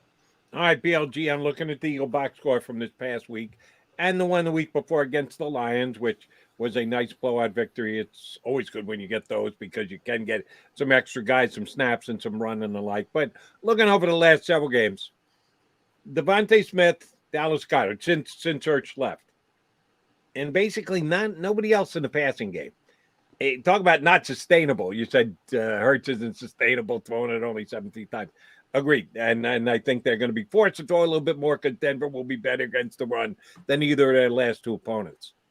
Who else is going to be able to step in and make a play for the Eagles?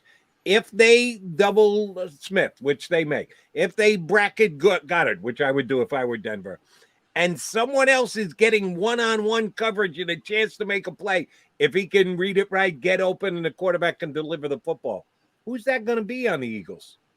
Well, I mean, like the best option I feel about if we're not throwing to Dallas Goedert or we're not throwing to Devontae Smith, which I think they should anyway. I don't care who's covering them. I don't care if he's doubled. Devontae Smith feed the ball down there and throw. Yeah.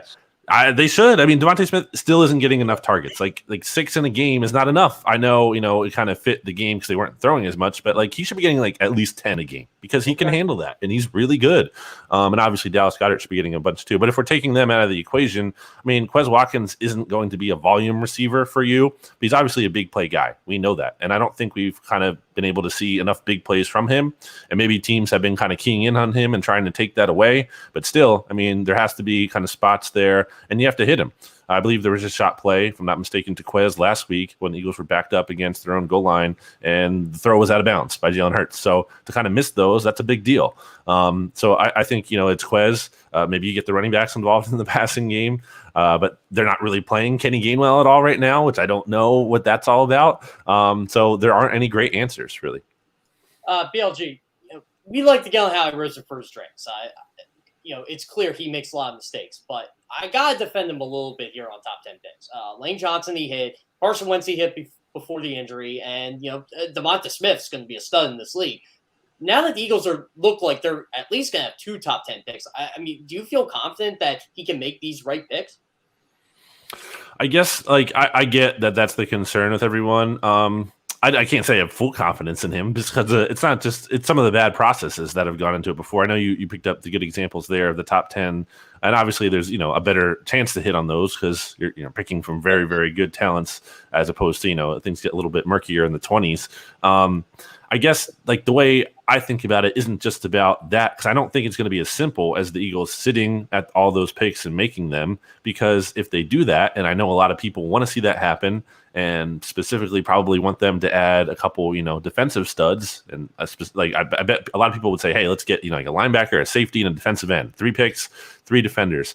But okay, but where are you getting the quarterback from? Like, I think I don't think once you use those picks, you don't have the assets anymore to go out and trade for a veteran quarterback. And obviously, free agency happens before the draft. So we'll kind of have an idea of what they are going to be able to do in the draft based on, what they do when the trade window opens in March and everything. So we'll figure that out. There's an order of operations there.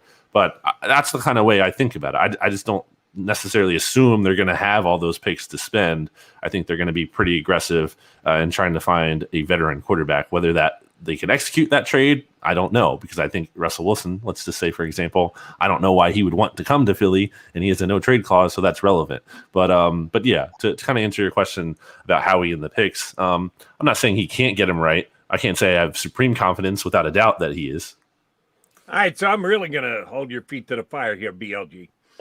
Assuming that Russell Wilson's not coming and Deshaun Watson's not coming, I can pretty much assure you that Aaron Rodgers, I think they have a better chance to get Watson and or Wilson than they do of getting Rodgers. Mm-hmm. There's not a free agent quarterback that I can see that is going to hit the free agent market. There isn't a expiring contract or a guy I go, yeah, the team's going to cut ties. They're going to move away from it. I just don't see a veteran guy being the guy here. If they're going to draft a quarterback, all right, more power to them. I don't know that it's a good quarterback draft.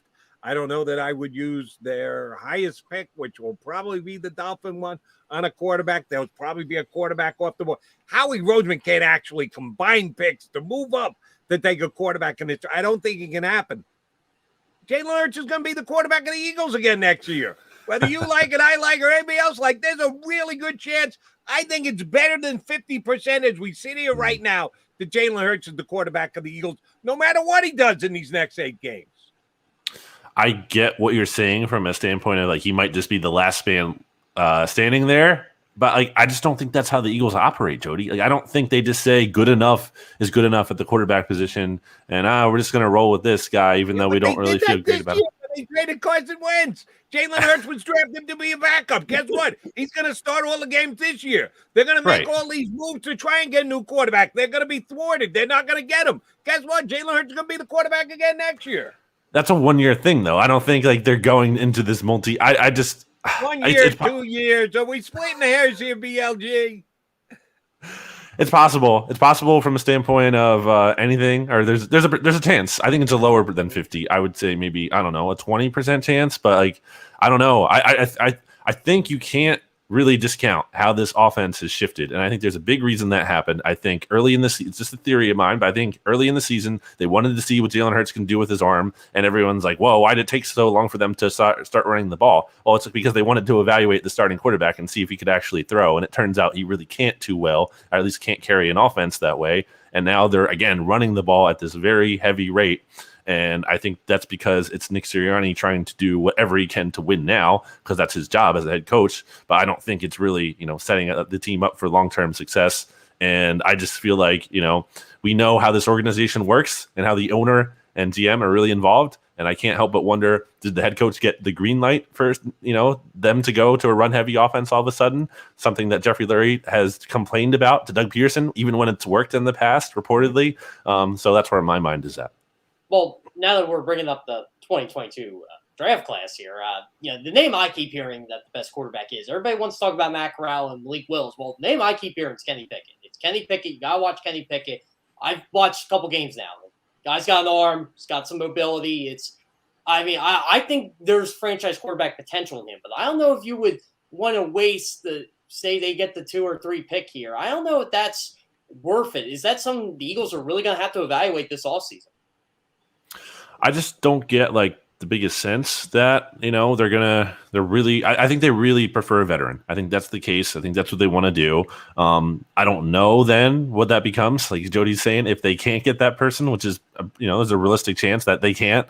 I don't know if that goes to the draft. With Kenny Pickett, the thing I don't love about his profile, I think he's pretty older, right? He's 24 or so.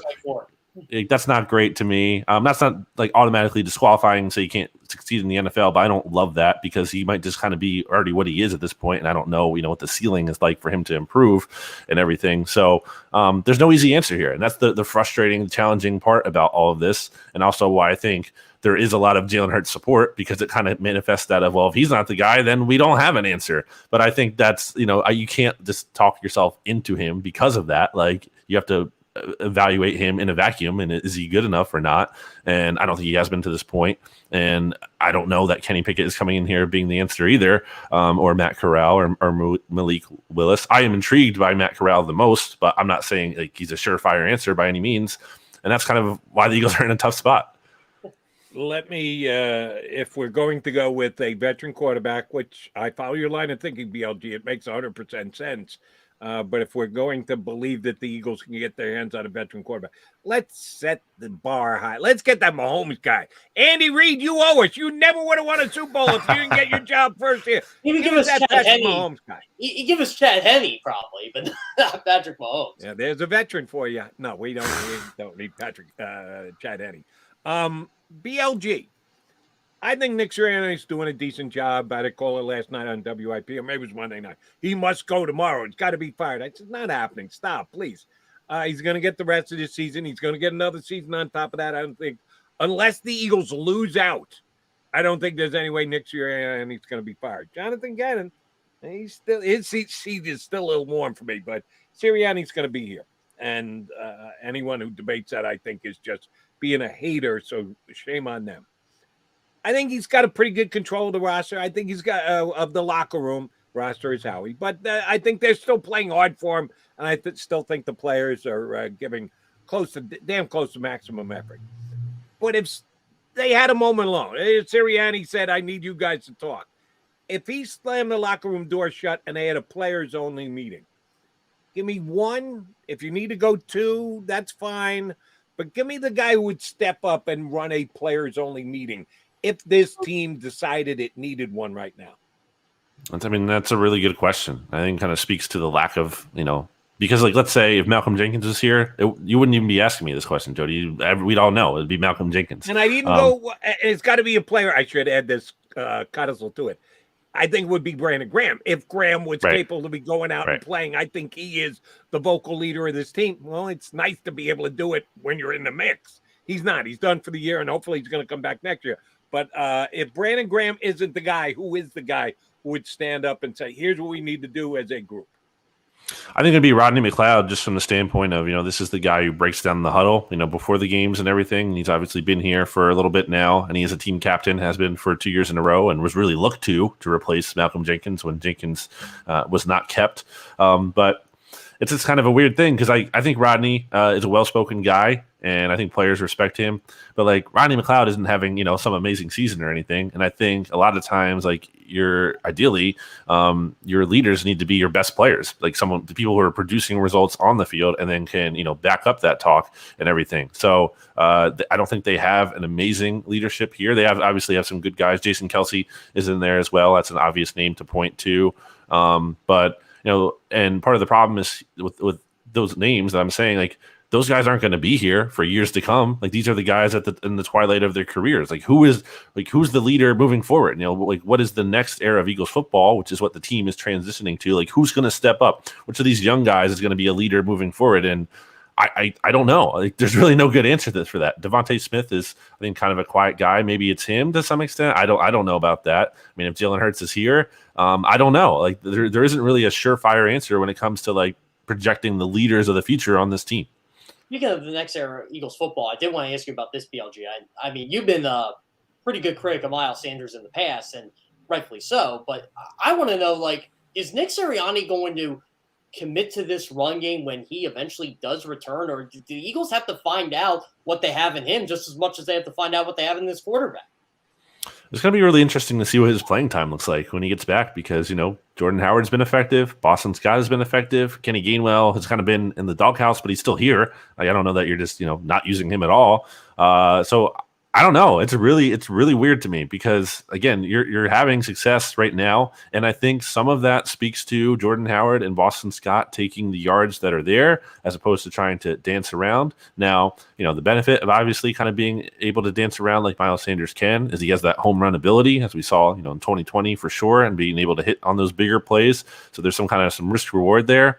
But I think this offense, the way it's designed right now, maybe kind of can't afford that as much as they kind of just need people who can kind of get consistent yards and keep the chains moving and keep the offense on schedule so they're not getting into third and longs and then asking the quarterback, to complete tougher passes regularly. So he's going to have a role. Obviously, it's Miles Sanders. He's the top running back on the team. I don't know exactly what it's going to look like. I have to imagine it's not going to be the same one in terms of the looks he was getting or percentage-wise because he wasn't getting a ton, obviously, because the Eagles weren't running the ball when he was healthier. But I can't imagine, he's just getting 100% of the workload with the way Jordan Howard and Boston Scott are playing.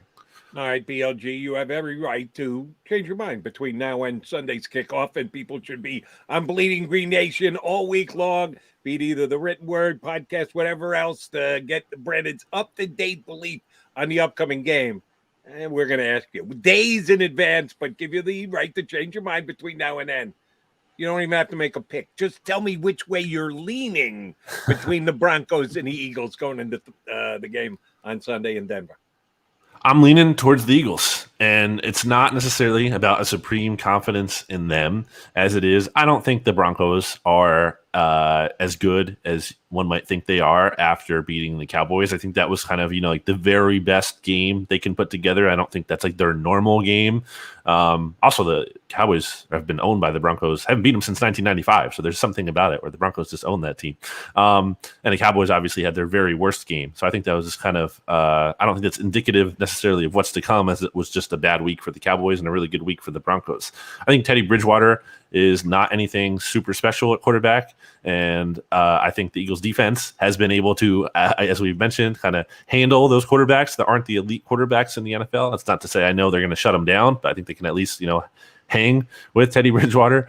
And then I think the offense will be really interesting to see from the standpoint of this Broncos run defense is the toughest one they've faced since they've started really committing to the run more, certainly better than the Lions and the Chargers run defense. So if the Broncos are able to stop the run, can Jalen Hurts pick up the slack? That's, a big question that I will be looking to see answered this weekend. But overall, again, I just don't think the Broncos are that great of a team. I know their record, 5-4 makes them look. I think it makes them look a little bit better than they really are. So I'm leaning with the Eagles here. All right. Is there any truth to the rumor that if the Eagles do win this week, you will put that leopard skin lampshade over your right shoulder, over your head, and do some serious dancing at Club BLG? Can't confirm or deny. Well, we can confirm absolutely every time you come on the show. You bring opinion and insight. Thanks, Brandon. We will talk to you again soon. Enjoy the game on Sunday. Take it easy, guys.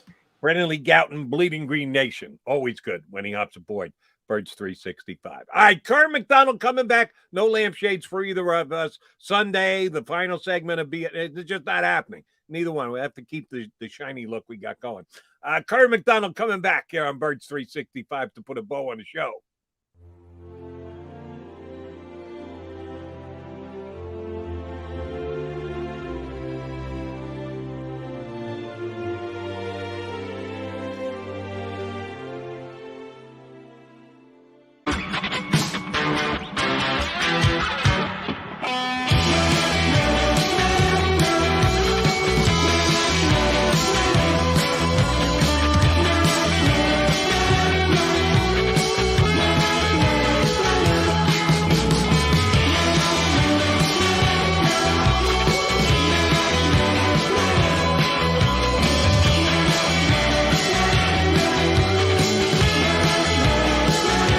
At Stateside Vodka, every new customer gets the world's best rocks glass, free. What's that? A rocks glass? You're telling me that bottle is cut in half? You could say that. Holy shit. And you're telling me I can get one of these glasses for free? That's right. One free rocks glass per customer with each first-time purchase of stateside vodka. So good, it just disappears.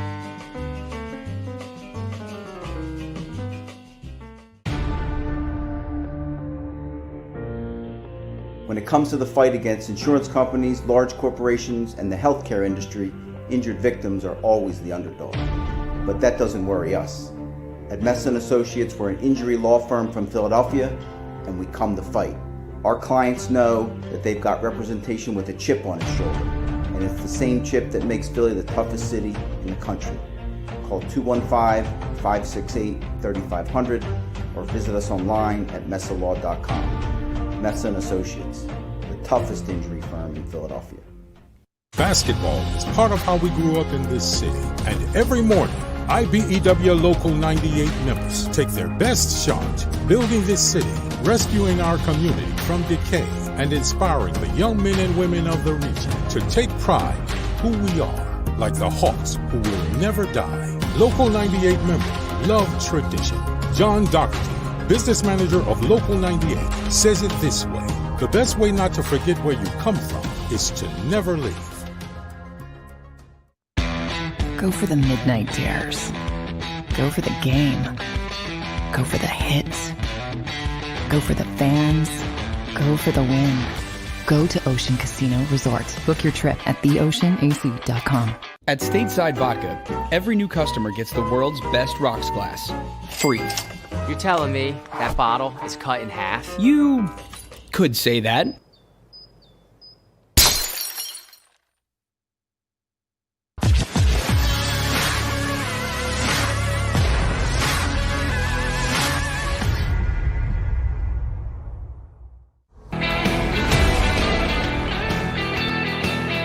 Coming down the home stretch here on Birds 365. We thank Brandon and Gowton for hopping on. J Mac was with us way back hour number one. He'll be back here tomorrow with me at 8 o'clock if he passes his COVID test, which we assume whether he passes or not. He's going to go down the road of immunization, whether he actually had the vaccine. We'll get John McMullen. We'll put a mask on him. We'll make sure that he's here tomorrow, no matter what, where he needs to broadcast from. All right, last couple of minutes, JK. A lot has been made of the fact that the Eagles have had quarterbacks complete 80% of their passes against them this year. It's tragic how easily teams complete passes against the Philadelphia Eagles. I want to go one further than that because completion rates and percentages can be a little deceiving. In the case against the Eagles this year, they've not been deceiving. They've been right on point. But they can be deceiving if you're just going to dump it off the, what you call Charlie check down earlier. And that is a possibility. So instead, I'm going to look at yards. Will Teddy Bridgewater throw for over 300 yards against the Eagles this week? No. No. He'll have a high completion rate, but I don't think he throws for 300. Okay.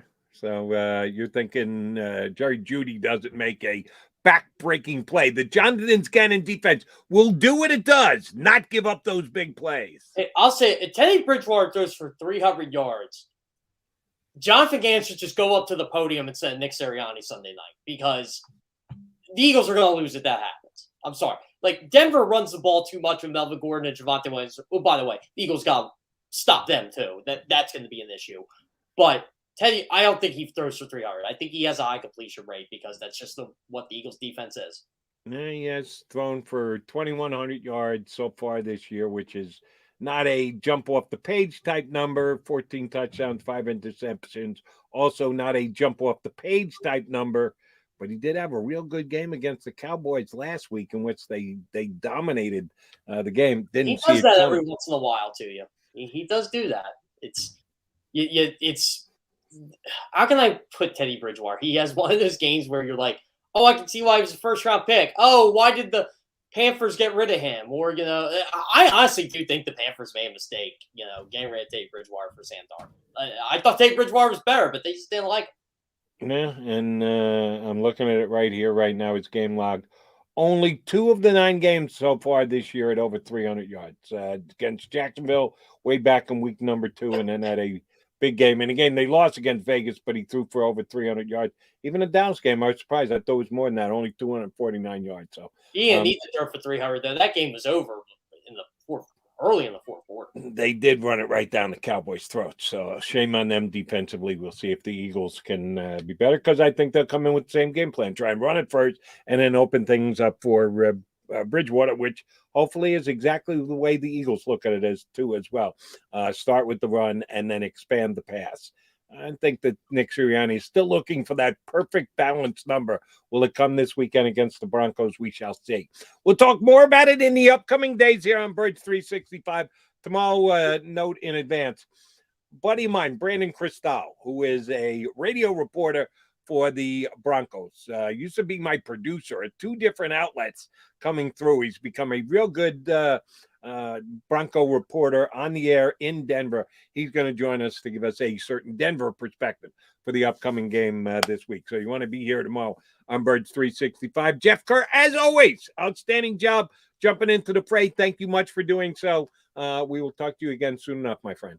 Always a pleasure, Jody. I guess next time you'll see me will be what? Next Monday, McMullen will be coming home? That's right. He's on the road. Denver, it's a tough trip. So you and I Monday. If you want to check in on the show, we'll see if we get it. Are you ready to give a tentative score? Like I said to BLG, a leaning is good enough as far as I'm concerned. On a Wednesday, you don't have to make a pick. You got to make a lean. Which way you leaning? I'm leaning toward the Eagles. I'm like BLG. I think Denver's a better team than he thinks, but I think this is a game that, again, if the quarterback plays well, I think the Eagles do win this one by probably 7 or 10 points. It's going to be a tough game for them, but the Eagles do seem to play better on the road, and sooner or later, they got to be an AFC team. They haven't been an AFC team since Week 8 against the Bills in 2019. It's got to happen at some point.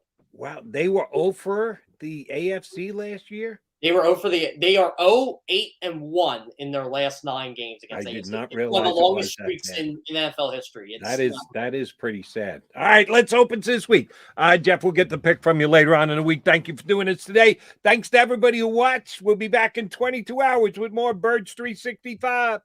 If you missed any of today's show on the JAKIB Media channel, listen to the podcast on your way home. Available on YouTube, Apple,